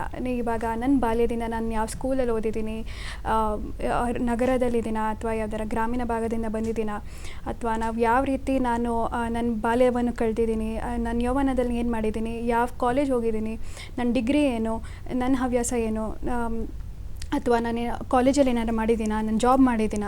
ಸೊ ಈ ಥರದ್ದು ಪ್ರತಿಯೊಬ್ಬರಿಗೂ ಅವ್ರದ್ದೇ ಆದಂಥ ಅದು ಯುನೀಕಾಗಿ ಬರುತ್ತೆ. ಅಲ್ಲಿದ್ದಾಗ ಅವ್ರು ನಮ್ಮನ್ನು ಯಾವುದೇ ಒಂದು ಪ್ರಶ್ನೆ ನಮ್ಗೆ ಗೊತ್ತಿಲ್ಲ ಅಂದರೂ ಗೊತ್ತಿಲ್ಲ ಅಂತ ನಾವು ಹೇಳಿದ್ರು ಕೂಡ ಅವ್ರು ಅದನ್ನು ಮೆಚ್ತಾರೆ. ಸೊ ಅದರಲ್ಲಿ ಎಂಥದ್ದು ಏನಿಲ್ಲ, ಎಲ್ಲ ಪ್ರಶ್ನೆಗೂ ಉತ್ತರ ಕೊಡಲೇಬೇಕಂಥದ್ದು ಏನಿಲ್ಲ. ಸೊ ಅದ್ರ ಜೊತೆಗೆ ಮೇ ಬಿ ಇವಾಗ ಕರೆಂಟ್ ಅಫೇರ್ಸ್ ಅಂತ ಎಲ್ಲರೂ ಕೇಳ್ತಿದ್ದಾರೆ. ಸೊ ಕರೆಂಟ್ ಅಫೇರ್ಸ್ ಇವಾಗ ನಮ್ಮ ನಡೀತಿರೋದು, ನೀವು ಅಧಿಕಾರಿಯಾಗಿದ್ದರೆ ಇದೇ ಸಮಸ್ಯೆಗೆ ನೀವೇನು ಸೊಲ್ಯೂಷನ್ ಕೊಡ್ತೀರಾ ಅನ್ನೋದು ಕೂಡ ಒಂದು ಪ್ರಶ್ನೆ ಇರುತ್ತೆ. ಈ ರೀತಿ ಅದೇ ಇಂಟಿಗ್ರೇಟೆಡಾಗಿ ಪ್ರಿಪೇರ್ ಆಗಬೇಕು ಅಂತ. ನಾವು ಪ್ರಿಲಿಮ್ಸಲ್ಲಿ ಯಾವ ಸಮಸ್ಯೆ ನೋಡ್ತೀವೋ ಇದನ್ನೇ ನಾನು ಅಧಿಕಾರಿಯಾಗಿದ್ದಿದ್ರೆ ಏನು ಮಾಡ್ತೀನಿ ಅಂತ. ಸೊ ಆಕಾಶ್ ಅವ್ರು ಹೇಳ್ದಂಗೆ ಅದೊಂದು ಎವಲ್ಯೂಷನ್ ಥರ. ಇವಾಗ ನನ್ನದಿರೋ ಪರ್ಸ್ನಾಲಿಟಿ ಮೇ ಬಿ 1 ವರ್ಷ ಆಗಿದ್ಮೇಲೆ ಇನ್ನೂ ಸ್ವಲ್ಪ ಚೇಂಜ್ ಆಗಿರ್ಬೋದು. ಸೊ ನಮ್ಮ ವ್ಯಕ್ತಿತ್ವ ಯಾವ ಥರ ಚೇಂಜ್ ಆಗ್ತಾ ಇದೆ, ನಾವು ಅಧಿಕಾರಿ ಆಗೋಕ್ಕೆ ಎಷ್ಟು ಸೂಟಬಲ್ ಅನ್ನೋದು ನಾನು ಜಡ್ಜ್ ಮಾಡೋ ಒಂದು ಪರೀಕ್ಷೆ ಅಂತ ನೀವು ಅನ್ಕೋತೀರಾ. ಬಳ್ಳಾರಿಯಿಂದ ಶಿಲ್ಪಾ ಅವ್ರು ಕರೆ ಮಾಡಿದ್ದಾರೆ. ನಮಸ್ಕಾರ ಶಿಲ್ಪಾ, ತಮ್ಮ ಪ್ರಶ್ನೆನ ಕೇಳಬಹುದು. ಶಿಲ್ಪಾ, ಹಾ ಮಾತನಾಡಿ ಶಿಲ್ಪಾ, ಕೇಳ್ತಾ ಇದೆ. ನಮಸ್ತೆ ಮೇಡಮ್. ನಮಸ್ತೆ ಮೇಡಮ್, ನನ್ನ ಪ್ರಶ್ನೆ ಬಂದು, ನನಗೆ KS ಮಾಡಬೇಕು ಅಂತ ತುಂಬಾ ಆಸೆ ಇದೆ. ಆಲ್ರೆಡಿ ನಾನು ಕೋಚಿಂಗ್ ತಗೊಂಡಿದ್ದೀನಿ ಧಾರವಾಡ ಕ್ಲಾಸಿಕ್ ಸೆಂಟರ್ ಅಲ್ಲಿ. ಅಲ್ಲಿ ನಮ್ಗೆ ಏನ್ ಹೇಳಿದ್ರು ಅಂದ್ರೆ, IAS ಪಾಸ್ ಮಾಡೋದಕ್ಕಿಂತನೂ ಇದು KS ಗೆ ಜಾಸ್ತಿ ಓದ್ಬೇಕು. ಅಂದ್ರೆ KS ಓದಿದವರು IAS ಪಾಸ್ ಮಾಡ್ಬೋದು, ಬಟ್ IAS ಅಂತಾನು KS ನಲ್ಲೇ ನಾವು ಜಾಸ್ತಿ ಸ್ಟಡಿ ಮಾಡ್ಬೇಕು ಅಂತೆಲ್ಲ ಹೇಳ್ತಿದ್ರು. ಆಮೇಲೆ ಇವಾಗ UPSC ಮತ್ತೆ KS ಟಾಪರ್ಸ್ ನೆಲ್ಲ ನೋಡಿದಾಗ ಅವ್ರ ಇಂಟರ್ವ್ಯೂ ನಲ್ಲಿ ನಾವು 10 ತಾಸು ಓದ್ತೀವಿ, 18 ತಾಸು ಓದ್ತೀವಿ ಅಂತೆಲ್ಲ ಹೇಳ್ತಾರಲ್ಲ. ಈಗ ಅಷ್ಟು ತಾಸು ಓದೋದು ಇಂಪಾರ್ಟೆಂಟಾ ಅಥವಾ ಅಷ್ಟು ತಾಸಿನಲ್ಲಿ ನಾವ್ ಎಷ್ಟು ವಿಷಯನ ತಿಳ್ಕೊತೀವಿ ಅನ್ನೋದು ಇಂಪಾರ್ಟೆಂಟ್? ಅದೇ ಹೇಗ್ ಓದ್ಬೇಕು? ಇವಾಗ ಎಲ್ಲಾ ಎಕ್ಸಾಮ್ಸ್ಗೂ 5th to 12th ತನಕ ಎಲ್ಲ ಪಠ್ಯ ಪುಸ್ತಕಗಳನ್ನ ಓದ್ರಿ, ಮ್ಯಾಗಝಿನ್ಸ್ ಓದ್ರಿ ಅಂತ ಹೇಳ್ತಾರಲ್ಲ, ಅಷ್ಟು ಓದಿದ್ರೆ ಕೈಯಿಂದ ಎಷ್ಟು ನಿಮ್ ಪ್ರಶ್ನೆ ಅರ್ಥ ಆಗಿದೆ ಶಿಲ್ಪಾ ಅವ್ರೆ. ಈಗಾಗಲೇ ಅರ್ಧ ಉತ್ತರನ ಆಕಾಶ್ ಮೊದ್ಲೇ ಕೊಟ್ಟಿದ್ರು. ಈಗ ಏನ್ ಹೇಳ್ಲಿಕ್ಕೆ ಇಷ್ಟಪಡ್ತೀರಾ ಪ್ರಶ್ನೆಗೆ? KPSC ಪರೀಕ್ಷೆಗೆ ಓದ್ತಾ ಇದ್ರೆ ನೀವು UPSC IAS ಪರೀಕ್ಷೆಗಿಂತ KS ಪರೀಕ್ಷೆಗೆ ಜಾಸ್ತಿ ಓದಬೇಕು ಅಂತ ಏನು ಹೇಳ್ತಿದ್ರಲ್ಲ, ಇದು ನನ್ನ ಪ್ರಕಾರ ತಪ್ಪು ಭಾವನೆ. ಇದು ಯಾರೇ ಹೇಳ್ತಿದ್ರು ನನ್ನ ಪ್ರಕಾರ ತಪ್ಪಾಗುತ್ತೆ. ಯಾಕಂದರೆ ಈಗ ನಾನು IAS ಪರೀಕ್ಷೆಗೆ ಪ್ರಿಪೇರ್ ಆಗೋಕ್ಕೆ ಶುರು ಮಾಡಿದೆ. ಆ್ಯಂಡ್ 2017ರಲ್ಲಿ KS ಪರೀಕ್ಷೆ ಪಾಸ್ ಆದಾಗ ನನಗೆ ರ್ಯಾಂಕ್ 13 ಬಂತು. ಯಾಕೆ ಬಂತು ರ್ಯಾಂಕ್ ಅಂತ ಹೇಳಿದ್ರೆ, ನಾನು ಅದಕ್ಕೆ ಜಾಸ್ತಿ ಓದಿದ್ನ IASಗಿಂತ KS ಮೇಲೆ ಅಥವಾ ಸೆಪ್ರೇಟಾಗಿ ಓದಿದ್ನ ಇಲ್ಲ. ಸೊ ಎರಡು ಎಕ್ಸಾಮ್ಗಳಿಗೆ ನಾನು ಓದಂತಹ ಬುಕ್ಸ್ಗಳು same, geography same, polity, history ಎಲ್ಲನೂ ಸೇಮ್. ಸೆಪ್ರೇಟಾಗಿ ಕರ್ನಾಟಕದ ಬಗ್ಗೆ ಸ್ವಲ್ಪ ಹೆಚ್ಚಾಗಿ ತಿಳ್ಕೊಬೇಕಾದ ಅವಶ್ಯಕತೆ ಇದ್ದಿದ್ದರಿಂದ ನನ್ನ ಮನೆ ಹತ್ರ ಒಂದು ಸ್ಕೂಲ್ಗೆ ಹೋಗಿ ಅಲ್ಲಿನ ಪ್ರಿನ್ಸಿಪಲ್ ಹೆಡ್ ಮಿಸ್ಟ್ರೆಸ್ ಜೊತೆ ಮಾತಾಡಿ ಅವ್ರನ್ನ ಕನ್ವಿನ್ಸ್ ಮಾಡಿ 8ರಿಂದ 10ನೇ ಕ್ಲಾಸ್ ಬುಕ್ಗಳನ್ನ ನಾನು ತೊಗೊಂಡು ಬಂದೆ ಅವರಿಂದ. ಅವ್ರಿಗೆ ಥ್ಯಾಂಕ್ಸ್ ಹೇಳೋಕ್ಕೆ ಇಷ್ಟಪಡ್ತೀನಿ ಇವತ್ತು. ಸೊ ಅವ್ರ ಬುಕ್ಸ್ ಕೊಟ್ಟರು ನನಗೆ, ಅದನ್ನು ತಂದು ಓದಿದೆ. KPSC ಎಕ್ಸಾಮ್ಗೆ ಇದು ಪ್ಲಸ್ ಎಕನಾಮಿಕ್ ಸರ್ವೆ, ಆರ್ಥಿಕ ಸಮೀಕ್ಷೆ ಅಂತ ಬರುತ್ತೆ. ಸೊ ಆರ್ಥಿಕ ಸಮೀಕ್ಷೆ ಆ ವರ್ಷದಲ್ಲಿ ನಮ್ಮ ರಾಜ್ಯದಲ್ಲಿ ಏನೇನೆಲ್ಲ ಸರ್ಕಾರಿ ಕಾರ್ಯಕ್ರಮಗಳು ನಡೀತಾ ಇದೆ ಅನ್ನೋದ್ರ ಬಗ್ಗೆ ಮಾಹಿತಿ ಕೊಡುತ್ತೆ. ಸೊ ಅದನ್ನು ಎಕ್ಸ್ಟ್ರಾ ಓದಬೇಕಾಗಿ ಬಂತು. ಇಷ್ಟೇ ಎಕ್ಸ್ಟ್ರಾ ಓದಿದ್ದು ನಾನು KS ಪರೀಕ್ಷೆಗೆ. ಇದನ್ನು ಬಿಟ್ಟು ನೀವು ಸಿಲೆಬಸ್ನ ನೋಡಿಕೊಂಡು ಈ ಥರ ಹೇಳ್ತಾ ಇರ್ಬೋದು. ಯಾಕಂದರೆ KPSC ಮೇನ್ಸ್ ಸಿಲೆಬಸ್ ಏನಿದೆ ಅದು UPSC ಮೇನ್ ಸಿಲೆಬಸ್ಗಿಂತ ಸ್ವಲ್ಪ ಜಾಸ್ತಿ ಇದೆ. ಇದರಿಂದ ಹುಡುಗರು ಭಯ ಪಟ್ಬಿಡ್ತಾರೆ. ಆದರೆ ಭಯ ಪಡೋ ಅವಶ್ಯಕತೆ ಇಲ್ಲ. ನೀವು ಓದಿದ್ದೆಲ್ಲನೂ ಪರೀಕ್ಷೆಯಲ್ಲಿ ಬಂದೇ ಬರುತ್ತೆ ಅಂತ ಇಲ್ಲ, ಅಥವಾ ನೀವು ಇಷ್ಟು ಓದಿದ್ರೆ ಸಾಕು ಅಂತಲೂ ಹೇಳೋಕ್ಕಾಗಲ್ಲ. ಈ ಪರೀಕ್ಷೆಗೆ ಎಲ್ಲದಕ್ಕೂ ಪ್ರಿಪೇರ್ಡ್ ಆಗಿದ್ದರೆ ಒಳ್ಳೆ ಒಂದು ಸೆನ್ಸಿಬಲ್ ಆದಂಥ ಉತ್ತರ ಬರೀತೀರಾ ಎಕ್ಸಾಮ್ ದಿನ. ಆ ಒಂದು ಬರವಣಿಗೆ ಪ್ರಾಕ್ಟೀಸ್ ಅಂತೂ ಭಾಳ ಮುಖ್ಯ ಆಗುತ್ತೆ. ಅಷ್ಟನ್ನು ಮಾಡ್ಕೊಂಡು ಬಂದರೆ ಯಶಸ್ಸು ಖಂಡಿತ ಅಂತ ಹೇಳ್ತೀನಿ. ಇದರಲ್ಲಿ ನನ್ನ ವೈಯಕ್ತಿಕ ಪ್ರಶ್ನೆ, KPSC ಅಥವಾ UPSC ಬರವಣಿಗೆ ಇದೆಯಲ್ಲ ಮೇನ್ಸ್ನಲ್ಲಿ ಏನಾದರೂ ವ್ಯತ್ಯಾಸ ಇದೆ ಅಂತ ನಿಮ್ಗೆ ಅನ್ಸುತ್ತಾ ಪರ್ಸ್ನಲ್ ಆಗಿ? KPSCಗೆ ಬರೆಯುವ ಮೇನ್ಸ್ ಉತ್ತರಗಳಿಗೂ ಇದಕ್ಕೂ ಇದು ನನ್ನ ಪರ್ಸ್ನಲ್ ಪ್ರಶ್ನೆ. ಇಲ್ಲ, ನಾನೇ ಇದಕ್ಕೆ ಏನಂತಾರೆ ಉದಾಹರಣೆ. ಯಾಕಂದರೆ ಎರಡಕ್ಕೂ ನಾನು ಒಂದೇ ಥರದ ಉತ್ತರಗಳನ್ನೇ ಬರೆದಿರೋದು, ಎರಡೂ ಪ್ರಶ್ನೆಗಳಿಗೂ. ಆ್ಯಂಡ್ ಲಕ್ಕಿಲಿ ಇವತ್ತಿನ ದಿನ ಯಾರು ಕನ್ನಡಿಗರು ಈಗ KPSC ಪರೀಕ್ಷೆ ಆಗಲಿ UPSC ಪರೀಕ್ಷೆ ಆಗಲಿ ತಗೊಳ್ಳೋರು ಇಚ್ಛಿಸ್ತಾ ಇದ್ದೀರಾ, ಎರಡೂ ಕಡೆ ಸೇಮ್ ಎಕ್ಸಾಮ್ ಪ್ಯಾಟರ್ನ್ ಇದೆ. ಪ್ರಿಲಿಮ್ಸಲ್ಲಿ ಸ್ವಲ್ಪ ಬದಲಾವಣೆ ಇದೆ, ಅದನ್ನು ನೋಟಿಫಿಕೇಶನ್ ನೋಡಿ ಗೊತ್ತಾಗುತ್ತೆ. ಬಟ್ ಮುಖ್ಯ ಪರೀಕ್ಷೆ ಎರಡೂ ಕಡೆ ಎಕ್ಸಾಕ್ಟ್ಲಿ ದ ಸೇಮ್. ಸೊ ಅಷ್ಟೇ ಸೇಮ್ ಒಂದು ಚಾನ್ಸ್ ಕೊಡ್ತಿರೋದು, ಆಪರ್ಚುನಿಟಿ ಕೊಡ್ತಿರೋದ್ರಿಂದ ನೀವು ಅದಕ್ಕೆ ಪ್ರಿಪೇರ್ ಆದರೆ ಇದನ್ನು ಬರಿಬೋದು, ಇದಕ್ಕೆ ಪ್ರಿಪೇರ್ ಆದರೆ ಅದನ್ನು ಬರಿಬೋದು. ಒಟ್ಟು ನೀವು ಅಷ್ಟು ಸೀರಿಯಸ್ ಆಗಿರಬೇಕಾಗತ್ತೆ. ಆಯಾ ಪರೀಕ್ಷೆಗೆ ತಕ್ಕಂಥ ಪ್ರಿಪ್ರೇಷನ್ನ ಮಾಡಬೇಕಾಗತ್ತೆ ಅಷ್ಟೇ. ಓಕೆ, ಹಾಸನದಿಂದ ಹೇಮಂತ್ ಅವ್ರು ನಮ್ಮ ಜೊತೆಗಿದ್ದಾರೆ. ನಮಸ್ಕಾರ ಹೇಮಂತ್. ಹಲೋ, ನಮಸ್ತೆ ಹೇಮಂತ್, ನಿಮ್ಮ ಪ್ರಶ್ನೆ ಕೇಳ್ಬೋದು. ಮೇಡಮ್ ನನ್ನ ಕ್ವಶನ್ ಆಕಾಶ್ ಸರ್ಗೆ. ಹಾ ಸರ್, ಒಂದು ಇಂಟರ್ವ್ಯೂ ನಲ್ಲಿ ಅವರ ತಂದೆಯವರು ಹೇಳಿದ್ರು ನನ್ನ ಮಗ ಅಂದ್ರೆ ಸರ್ ರಾತ್ರಿ ಹೊತ್ತು ಜಾಸ್ತಿ ಓದ್ತಾರೆ ಅಂತ. ಅವ್ರ ಟೈಮ್ ಟೇಬಲ್ ಹೆಂಗಿರ್ತಾ ಇತ್ತು ಅಂದ್ರೆ ನನ್ಗೆ ಬೆಳಿಗ್ಗೆ ಹೊತ್ತು ಓದಕ್ಕೆ ಆಗೋದಿಲ್ಲ. ಸೊ ರಾತ್ರಿ ಹೊತ್ತಾದ್ರೆ ಹೆಂಗ್ ಓದ್ತಾ ಇದ್ರು, ಟೈಮ್ ಟೇಬಲ್ ಹೆಂಗಿತ್ತು ಮೇಡಮ್ ಅಂತ ಕೇಳ್ಬೇಕು. ಆಕಾಶ್. ಓಕೆ, ಸೊ ಅದೇ ನಮ್ಮ ತಂದೆಯವರು ನನ್ನ ಯಾವ ಟೈಮಲ್ಲಿ ಗಮನ ಅಬ್ಸರ್ವ್ ಮಾಡ್ತಾ ಇರಲಿಲ್ಲ, ಆ ಟೈಮಲ್ಲಿ ನಾನು ಓದ್ತಾ ಇರ್ತಿದ್ದೆ. ಸೊ ರಾತ್ರಿ ಹೊತ್ತು ಯಾಕೆ ಓದಕ್ಕೆ ಚೂಸ್ ಮಾಡ್ತಿದ್ದೆ ಅಂದರೆ ಅದು ನನ್ನ ಮೆಡಿಕಲ್ ಟೈಮ್ನಲ್ಲಿ ರಾತ್ರಿ ಓದಿ ಅಭ್ಯಾಸ. ಅವಾಗ ಬೆಳಿಗ್ಗೆ ಓದೋ ಅಭ್ಯಾಸ ತಪ್ಪಿಬಿಡ್ತು. PUC ಬೆಳಗ್ಗೆನೇ ಓದ್ದೋ ನಾನು. ಆ ಅಭ್ಯಾಸ ಮುಂದುವರೆದಿದ್ದರಿಂದ ನಾನು ಯಾವಾಗ ಕೆಲಸ ಮಾಡಿದೆ 1-2 ವರ್ಷ ಎಕ್ಸಾಮ್ಗೆ ಸತತವಾಗಿ ಓದಬೇಕು ಅಂತ ಕೂತಾಗ ಅವಾಗ ನನಗೆ ಬೆಳಗ್ಗೆಗಿಂತ ಜಾಸ್ತಿ ರಾತ್ರಿ ಶಾಂತಿ ಅಂತ ಅನಿಸ್ತಾ ಇತ್ತು ಓದೋಕ್ಕೆ, ಶಾಂತವಾದ ಒಂದು ವಾತಾವರಣ ಇದೆ ಅಂತ. ಸೊ ನನ್ನ ರೂಲ್ ಒಂದಿತ್ತು, ನಾನು ಮಲಗೋದು 5 ಗಂಟೆ ಆಗಿರಬೇಕು ಅಥವಾ ಹೇಳೋದು 5 ಗಂಟೆ ಆಗಿರಬೇಕು. ಸೊ ಎರಡರಲ್ಲಿ ಒಂದು ನಡಿಲೇಬೇಕು ಅಂದಾಗ ನೀವು 5 ಗಂಟೆ ಬೆಳಗ್ಗೆ ಶುರು ಮಾಡಿದಾಗ್ಲೂ ಸತತವಾಗಿ ಓದಿ ಒಂದು 10 to 12 hours ಏನು ಕೆಲಸ ಇಲ್ಲ ಅಂದಾಗ ಅಷ್ಟು ಓದ್ಬೋದು. ಯಾಕಂದರೆ ಈ ಎಕ್ಸಾಮ್ ಪಾಸ್ ಮಾಡಬೇಕು ಅಂದರೆ ಅಷ್ಟು ಎಫರ್ಟ್ಸ್ ಹಾಕಬೇಕಾಗತ್ತೆ. ಅಥವಾ ಸ್ವಲ್ಪ ಲೇಟಾಗಿ ಸಂಜೆ ಅಷ್ಟೊತ್ತಿಗೆ ಶುರು ಮಾಡ್ತೀನಿ, ಕಂಟಿನ್ಯೂಸ್ಲಿ ಓದ್ತಾ ಬಂದು 5 ಗಂಟೆಗೆ ಮಲಗ್ತೀನಿ, 5 ಗಂಟೆವರೆಗೂ ಓದಿ ಮಲಗ್ತೀನಿ. ಸೊ ಎದ್ದೇಳೋದು 5 ಅಥವಾ ಮಲಗೋದು 5, ಇದು ನನ್ನ ಫಾರ್ಮುಲಾ ಆಗಿತ್ತು. ಓಕೆ, ಲಕ್ಷ್ಮಿ, ಸ್ಪೆಷಲಿ ಹೆಣ್ಣು ಮಕ್ಕಳಾಗಿ ಇದೊಂದೇ ಪರೀಕ್ಷೆ ಅಂತಲ್ಲ, ಎಷ್ಟೋ ಪರೀಕ್ಷೆಗಳು ನಮಗೆ ಅವೆನ್ಯೂಸ್ನ ಓಪನ್ ಮಾಡ್ತಾನೆ ಇದೆ. ಅದಕ್ಕೋಸ್ಕರ ಭಾರತ ಸರ್ಕಾರ ಆಗಲಿ ರಾಜ್ಯ ಸರ್ಕಾರ ಆಗಲಿ ತುಂಬ ಪ್ರಯತ್ನ ಮಾಡ್ತಾ ಇದೆ. ಇನ್ಫ್ಯಾಕ್ಟ್ UPSCಗೆ ನಾವು ಫೀಸ್ ಕೂಡ ಕಟ್ಟಲಿಕ್ಕಿಲ್ಲ ಯಾವುದೇ ರೀತಿಯಲ್ಲಿ, ಖುಷಿ ಪಡಬೇಕು ಒಂದು ರೀತಿಲಿ. ಅಂದರೆ ಈಗ ಮುಂಚೂಣಿಗೆ ಬಂದಿರೋ ಹೆಣ್ಮಕ್ಳ ಕತೆ ಬೇರೆ, ಬಟ್ ತುಂಬ ಹಿಂದೆ ಉಳ್ಕೊಂಡು ಎಷ್ಟೋ ಜನ ಹೆಂಗೆ ಅಂದರೆ, ನಾನು ಹೇಳಬಾರ್ದು ಬಟ್ ಸುಮಾರು ಜನ ನನ್ನ ಫ್ರೆಂಡ್ಸ್ ಹೆಂಗಿರ್ತಿದ್ರು ಅಂದರೆ, ಒಂದು ಡಿಗ್ರಿ ಪಕ್ಕದಲ್ಲಿ ಲಗ್ನ ಪತ್ರಿಕೆಯಲ್ಲಿ ಹೆಸರಲ್ಲಿ ಹಚ್ಚಾದರೂ ಸಾಕು ಅಂತ, ಅದು ಅವ್ರು ಬೆಳೆಸ್ಕೊಂಡು ಮೆಂಟಾಲಿಟಿನೋ ಅವ್ರ ತಂದೆ ತಾಯಂದ್ರು ಬೆಳೆಸಿದ ಮೆಂಟಾಲಿಟಿನೋ ಈಗ ಬದಲಾಗ್ತಾ ಇದೆ. ಎಲ್ಲ ಅವೆನ್ಯೂನಲ್ಲೂ ಹೆಣ್ಮಕ್ಳನ್ನ ನಾವು ಕಾಣ್ತಿದ್ದೀವಿ. ನೀವೊಬ್ಬರು ಹುಡುಗಿಯಾಗಿ ನಿಮಗೆ ನಿಚ್ಚಳವಾದ ಅವಕಾಶಗಳು ಬೇರೆ ಬೇರೆ ಮಾಧ್ಯಮದಲ್ಲಿತ್ತು, ಈ ಪರೀಕ್ಷೆಗೆ ಕೂರುವಂಥವ್ರಿಗೆ ಏನು ಹೇಳಲಿಕ್ಕೆ ಇಷ್ಟಪಡ್ತೀರಾ? ನನ್ನ ಪ್ರಕಾರ ಈ ಪರೀಕ್ಷೆ ಬರೀಬೇಕು ಅಂತ ಅಂದ್ಕೊಂಡಾಗ ಅದು ಈ ಪರೀಕ್ಷೆ ಯಾವತ್ತೂ UPSCಯಲ್ಲಿ ಅಟ್ಲೀಸ್ಟ್ ಒಂದು ಮಹಿಳೆ ಅಂತ ರಿಸರ್ವೇಷನ್ ಏನಿಲ್ಲ. UPSCಯಲ್ಲಿ ಒಂದು ಹುಡುಗ ಆಗಿರಲಿ ಹುಡುಗಿ ಆಗಿರಲಿ ಈಕ್ವಲ್ ಆಗಿ ಟ್ರೀಟ್ ಮಾಡ್ತಾರೆ. ಸೊ ಆ ರೀತಿ ಇದ್ದಾಗ ನಾವು ಈಕ್ವಲ್ ಆಗಿ ಟ್ರೀಟ್ ಮಾಡ್ಕೋಬೇಕು. ಸೊ ನಮ್ಮ ಗುರಿ ಎತ್ತರದಲ್ಲಿರಬೇಕು. ನಾನು ಅದು ಮಾಡ್ತೀನಿ. ಬಿಕಾಸ್ ನಾನು ಇದು ಶುರು ಮಾಡಿದಾಗ ನಮ್ಮ ತಂದೆ ತಾಯಿ ಈ ಪ್ರಯಾಣ ಸುಲಭವಾಗಿರ್ತದ, ಇವಳು ಮಾಡ್ತಾಳ ಅನ್ನೋದು ಒಂದು ಪ್ರಶ್ನೆ ಇತ್ತು. ಕೆಲಸ ಬಿಟ್ಟಿದ ಮೇಲೆ ಏನಾಗುತ್ತೆ ಅನ್ನೋದು. ಸೊ ನನ್ನ ನಿರ್ಣಯ ನಾನು ಇದು ಬಿಡಲ್ಲ ದೃಢವಾಗಿದ್ದಾಗ ಅವರು ಬೆಂಬಲ ಕೊಟ್ಟಿದ್ರು. ಇನ್ಫ್ಯಾಕ್ಟ್ ಹೇಳಬೇಕಂದ್ರೆ ಬೆಂಬಲದ ಕಂಬಗಳ ಥರ ಇದ್ದರು, ಸೋ ಸ್ಟ್ರಾಂಗ್. ಆ್ಯಂಡ್ ಕೆಲವೊಂದು ಸತಿ ನನಗೆ ಬೇಜಾರಾಗಿದ್ದಾಗ ಕೂಡ ನಮ್ಮ ಅಮ್ಮ ಹತ್ರ ಹೋಗ್ತಿದೆ ಆ್ಯಂಡ್ ಅದು ಹೋಗ್ತಾ ಹೋಗ್ತಾ ಫುಲ್ ಸಪೋರ್ಟ್ ಬಂತು. ಸೊ ಒಂದು ಹುಡುಗಿ ಯಾವತ್ತು ಆ ಚೌಕಟ್ಟಿರುತ್ತಲ್ಲ, ನಂದು ಇಷ್ಟೇ, ಇದರಲ್ಲೇ ಇರ್ತೀನಿ, ಇನ್ನು ಅದು ಬಿಟ್ಟು ಹೊರಗಡೆ ಬಂದಾಗ ಇಡೀ ಪ್ರಪಂಚನೇ ಸಪೋರ್ಟ್ ಮಾಡುತ್ತೆ ಅನ್ನೋದು ನನ್ನ ಅಭಿಪ್ರಾಯ. ಸೊ ಅದಕ್ಕೋಸ್ಕರ ಆದಷ್ಟು ಹೆಚ್ಚು ವಿಮೆನ್ ಈ ಫೀಲ್ಡ್ಗೂ ಬರ್ಬೋದು. ಆ್ಯಂಡ್ ಇದು ಬಿಟ್ಟು ಆಂಟ್ರಪ್ರಿನರ್ಶಿಪ್ ಆಗಿರಲಿ, ಅಂದರೆ ಒಂದು ವ್ಯವಸಾಯ ಬಿಸ್ನೆಸ್ ಫೀಲ್ಡಲ್ಲಾಗಲಿ ಎಲ್ಲ ಫೀಲ್ಡಲ್ಲೂ ಹೋಗಬೇಕು ಅನ್ನೋದು ನಂದು ಒಪಿನಿಯನ್. ಬಿಕಾಸ್ 50% ಪಾಪ್ಯುಲೇಷನ್ ಇರೋದ್ರಿಂದ ಈಕ್ವಲ್ ಆಗಿ ಎಲ್ಲ ಕಡೆ ಇರಬೇಕು, ಯಾವುದೇ ಅವಕಾಶನ ಬಿಟ್ಕೊಡ್ಬಾರ್ದು. ನಾವು ಎಲ್ಲ ದಿಕ್ಕುಗಳಲ್ಲೂ ಅಷ್ಟೇ ಎಫರ್ಟ್ಫುಲ್ ಆಗಿ ಅಷ್ಟೇ ಎಮಿನೆಂಟ್ ಆಗಿ ನಿಲ್ತೀವಿ ಅಂತ ನೀವು ಹೇಳ್ತೀರಾ. ಇನ್ನೊಂದು ಕರೆ ಇದೆ, ಅದಕ್ಕೂ ಮುಂಚೆ ಆಕಾಶ್ ಅವರಿಗೆ ಒಂದು ಪ್ರಶ್ನೆನ ಕೇಳಲಿಕ್ಕೆ ಇಷ್ಟಪಡ್ತೀನಿ. ಆಕಾಶ್, ಇದೊಂಥರ ಕಣ್ಣು ಕಟ್ಟಿ ಕುದುರೆ ನೋಡ್ಸ್ ರೇಸಲ್ಲಿ ಬಿಟ್ಟ ಥರ ಈ ಪರೀಕ್ಷೆ ಓದೋದು. ನೀವು 6 ಅಟೆಂಪ್ಟ್ನ ಬರೆದಿದ್ದೀರಾ, ಅದರಲ್ಲಿ ಆಲ್ಮೋಸ್ಟ್ 6ನೇ ಅಟೆಂಪ್ಟಲ್ಲಿ ನಿಮ್ಗೆ ಕ್ಲಿಯರ್ ಆಯಿತು. ಬಟ್ ನಿಮಗೊಂದು ಬ್ಯಾಕಪ್ ಇತ್ತು, you already had a post. ಆದರೆ ಸುಮಾರು ಜನ ನಾನೇ ಕಂಡ ಹಾಗೆ ಓದ್ತಾನೆ ಇರ್ತಾರೆ, ಈ ಪರೀಕ್ಷೆಗೆ ತುಂಬ ಎಫರ್ಟ್ ಹಾಕಿರ್ತಾರೆ. ಒಂದು ರೀತಿಲಿ ಗ್ಯಾಂಬಲ್ ಥರ ಆಗುತ್ತೆ, ಅಂದರೆ ಲಾಸ್ಟ್ ಮೂಮೆಂಟಲ್ಲಿ ಕ್ಲಿಯರ್ ಆಗಲ್ಲ, ಹಿಂದೆ ತಿರುಗಿ ನೋಡಿದ್ರೆ ಅಟೆಂಪ್ಟ್ಸ್ ಮುಗ್ದು ಹೋಗಿರುತ್ತೆ, ಬ್ಯಾಕಪ್ ಇಟ್ಕೊಂಡಿರಲ್ಲ, ಅಪ್ಪ ಅಮ್ಮನ ಮುಖ ತೋರ್ಸೋಕ್ಕಾಗಲ್ಲ.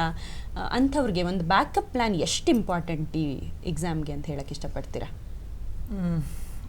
ಬ್ಯಾಕಪ್ ಪ್ಲ್ಯಾನ್ ಅನ್ನೋದು ಈ ಒಂದು ಪರೀಕ್ಷೆಯಲ್ಲಿ ಒಂಥರ ಈ IAS ಆಗಬೇಕು ಅಂತ ಯಾರು ಅಂದ್ಕೊಂಡಿದ್ದೀರಾ ಅವ್ರಗಳಿಗೆ ಎರಡು ರೀತಿಯಾಗಿ ನನಗೆ ಕಂಡು ಬಂದಿದೆ. ಒಂಥರ ಡಬಲ್ ಎಡ್ಜ್ ಸ್ವೋರ್ಡ್ ಥರ. ಸೊ ಒಂದು ಕಡೆ ಬ್ಯಾಕಪ್ ಇದೆ ಅನ್ನೋ ಒಂದು ಧೈರ್ಯ ಬಂದುಬಿಟ್ರೆ ಅಲ್ಲೇ ಉಳ್ಕೊಳ್ಳೋ ಸಾಧ್ಯತೆಗಳಿದೆ. ಅಥವಾ ಇದು ನನಗೆ ಬೇಡ, ನಾನು IAS ಮಾಡ್ತೀನಿ ಅಂತ ಅಂದ್ರೂ ಕೂಡ ಅದರಿಂದ ದೂರ ಹೋಗೋ ಒಂದು ಭಯ ಕೂಡ ಇರುತ್ತೆ. ಸೊ ಅಂಥ ಸಂದರ್ಭದಲ್ಲಿ ಬ್ಯಾಕಪ್ ಅಂತ ನಾನು ಹೇಳಕ್ಕೆ ಹೋಗಲ್ಲ. ನೀವು IAS ಆಗಬೇಕಂತಿದ್ದೀರಾ, ನಿಮ್ಗೆ IAS ಬಿಟ್ಟರೆ ಬೇರೆ ಏನೂ ತಲೆಯಲ್ಲಿರಬಾರ್ದು. ಇನ್ನೆಲ್ಲ ಏನೇನು ಸಿಗುತ್ತೆ ಅದೆಲ್ಲ ಏನಂತಾರೆ ದೇವ್ರು ಕೊಟ್ಟ ಗಿಫ್ಟ್ಗಳು ಅಂತ ಪಡ್ಕೊಂಡು ಅದನ್ನು ಏನಂತಾರೆ ಅದ್ರ ಜೊತೆ ಮುಂದೆ ಹೋಗಬೇಕು. ಬಟ್ UPSC ಎಲ್ಲಿವರೆಗೂ ಪರೀಕ್ಷೆ ಬರೆಯೋಕ್ಕೆ ಅವಕಾಶ ಮಾಡಿಕೊಡುತ್ತೋ ಅಲ್ಲಿವರೆಗೂ ನಿಮ್ಮ ಸಂಕಲ್ಪ ಬಿಡಬಾರ್ದು, ಬರಿತಾನೆ ಇರಬೇಕು ಆ್ಯಂಡ್ ಫೋಕಸ್ ಉಳಿಸ್ಕೊಂಡು ಎಕ್ಸಾಮ್ ಕೊಡ್ತಾನೆ ಇರಬೇಕು ಅಂತ ನನ್ನ ಅಭಿಪ್ರಾಯ. Backup is just a backup and ಅದು ಕೊನೆವರೆಗೂ ಬ್ಯಾಕಪ್ ಆಗಿ ಉಳ್ಕೊಬಿಡುತ್ತೆ. ಸೊ ನಾನು ರೀಚ್ ಆದ್ನ, ನಾನು ತಲುಪಬೇಕಾದಂಥ ಒಂದು ಡೆಸ್ಟಿನೇಷನ್ ರೀಚ್ ಆದ್ನ ಅಂದರೆ ನಾಳೆ ದಿನ ಅಟೆಂಪ್ಟ್ಸ್ ಮುಗ್ದೋದ್ಮೇಲೆ ಇದಕ್ಕಿಂತ ಜಾಸ್ತಿ ರಿಗ್ರೆಟ್ ಮಾಡ್ತೀವಿ. ಹೌದು, ಖಂಡಿತ. So focus only towards IAS. Okay, ಇನ್ನೊಂದು ಕರೆ ಇದೆ, ಟಿ ನರಸೀಪುರದಿಂದ ಮಹೇಂದ್ರ ಅವರು. ಮಹೇಂದ್ರ ಅವರೇ ನಮಸ್ಕಾರ, ಮಾತನಾಡಿ. ಮೇಡಮ್, ಲಕ್ಷ್ಮಿ ಅವ್ರಿಗೆ ಮತ್ತೆ ಆಕಾಶ್ ಅವ್ರಿಗೆ ಕಂಗ್ರ್ಯಾಚುಲೇಷನ್. Thank you madam. ನಾನು ಟಿ ನರಸೀಪುರದಿಂದ ಮಹೇಂದ್ರ ಅಂತ. ಮೇಡಮ್, ನಂದು ಇಂಡಿಯನ್ ಫಾರೆಸ್ಟ್ ಸರ್ವಿಸ್ ಮಾಡ್ಬೇಕಂತ. ಬಟ್ ನಾನು ಆಲ್ರೆಡಿ ವರ್ಕ್ ಮಾಡ್ತಾ ಇದ್ದೀನಿ ಮುನ್ಸಿಪಾಲಿಟಿನಲ್ಲಿ. ನಾವು ಮಾರ್ನಿಂಗ್ 6 ಇಂದ ಈವ್ನಿಂಗ್ 6 ತನಕನೂ ಬಿಸಿ ಇರ್ತೀವಿ. ಹಾರ್ಡ್ಲಿ ನಮಗೆ 3 to 4 hours ಸಿಕ್ಕಿದ್ರೆ ಹೆಚ್ಚು. ವರ್ಕಿಂಗ್ ಪರ್ಸನಲ್ಸ್ಗೆ ಪ್ರಿಪ್ರೇಷನ್ ಸ್ಟ್ರಾಟಜಿ ಹೇಗಿರ್ಬೇಕಂತ. ಓಕೆ, ಲಕ್ಷ್ಮಿ ಅವರು. ಸೊ ನೀವು ಫಾರೆಸ್ಟ್ ಸರ್ವಿಸಸ್ ಸ್ಪೆಸಿಫಿಕ್ ಆಗಿ ನೋಡ್ತಿರೋದ್ರಿಂದ ಇವಾಗ June 2 ಪ್ರಿಲಿಮ್ಸ್ ಬಂದರೆ ನಿಮ್ಗೆ ಆಲ್ಮೋಸ್ಟ್ 7 to 8 months ಸಿಗುತ್ತೆ.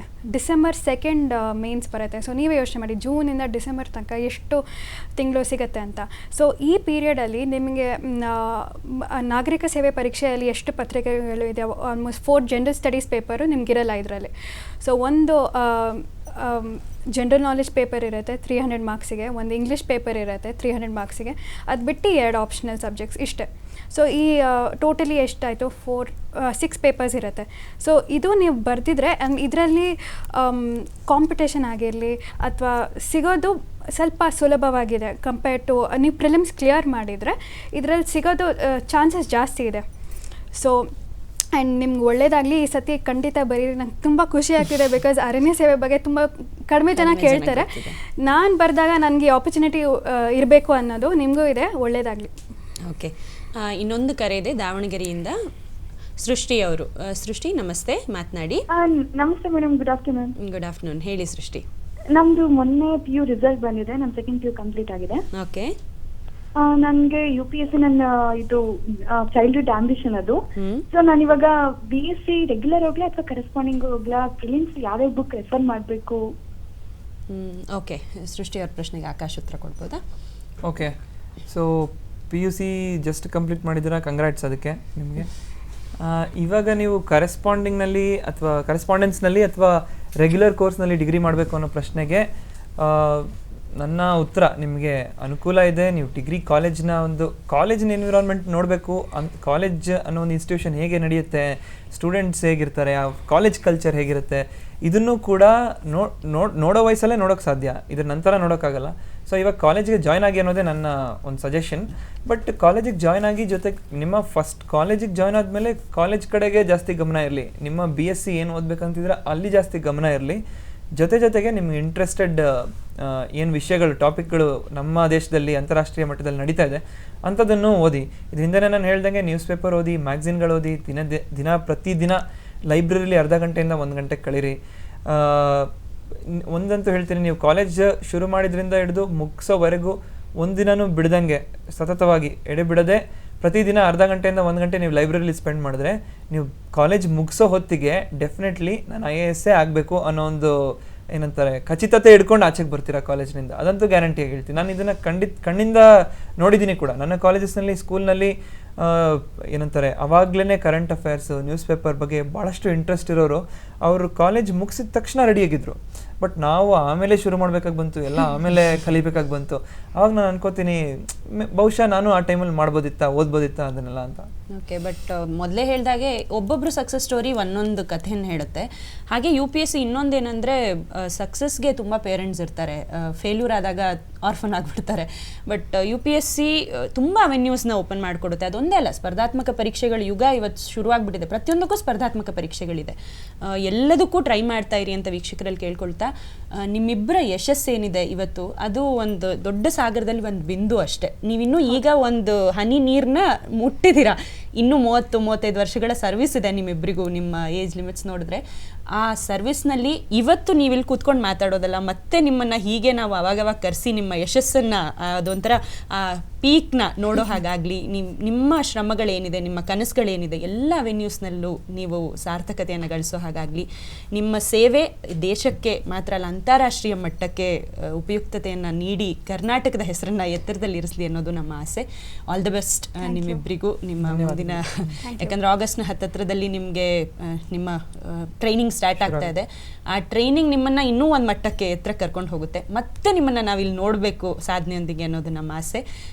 ಮತ್ತೊಮ್ಮೆ ಆಲ್ ದ ಬೆಸ್ಟ್. ಥ್ಯಾಂಕ್ಸ್ ಇಲ್ಲಿ ಪಾರ್ಟಿಸಿಪೇಟ್ ಮಾಡಿ ನಮ್ಮ ಎಷ್ಟೋ ಜನ ಒಂದು ವೀಕ್ಷಕರ ಪ್ರಶ್ನೆಗಳಿಗೆ ಉತ್ತರ ಕೊಟ್ಟಿದ್ದೀರಾ. ಧನ್ಯವಾದಗಳು. ವೀಕ್ಷಕರೇ, ಕೊನೆಯದಾಗಿ ಒಂದು ಮಾತನ್ನ ಹೇಳಲಿಕ್ಕೆ ಇಷ್ಟಪಡ್ತೀನಿ. ಕಗ್ಗದಲ್ಲಿ ಒಂದು ಮಾತಿದೆ, ಹುಲ್ಲಾಗು ಬೆಟ್ಟದಡಿ ಮನೆಗೆ ಮಲ್ಲಿಗೆಯಾಗು, ಕಲ್ಲಾಗು ಕಷ್ಟಗಳ ವಿಧಿಯ ಮಳೆ ಸುರಿಯೆ, ಕಲ್ಲು ಸಕ್ಕರೆಯಾಗು ದೀನ ದುರ್ಬಲರಿಂಗೆ ಎಲ್ಲರೊಳಗೊಂದಾಗು ಮಂಕುತಿಮ್ಮ. ಆ ಎಲ್ಲರೊಳಗೊಂದಾದ ಪ್ರತಿಭೆಗಳು ನಮ್ಮ ಜೊತೆ ಇವತ್ತಿದ್ರು. ನಿಮ್ಮ ಅನೇಕ ಪ್ರಶ್ನೆಗಳಿಗೆ ಉತ್ತರವನ್ನು ಕೊಟ್ಟರು. ನಿಮ್ಮ ಬದುಕು ಇದೊಂದೇ ರೀತಿಯಲ್ಲ, ಯಾವುದೇ ರೀತಿಯಲ್ಲಿ ಹೋದರೂ ಇದೇ ರೀತಿಯಲ್ಲಿ 100 ಜನರಿಗೆ ಉಪಯೋಗವಾಗುವಂತಾಗಲಿ, ಒಳಿತನ್ನೇ ಯೋಚಿಸಿ ಒಳಿತನ್ನೇ ಮಾಡಿ ಅಂತ ಆಶಿಸ್ತಾ ಕಾರ್ಯಕ್ರಮವನ್ನು ಮುಗಿಸ್ತಾ ಇದ್ದೀವಿ. ಮತ್ತೆ ಭೇಟಿಯಾಗೋಣ. ನಮಸ್ಕಾರ.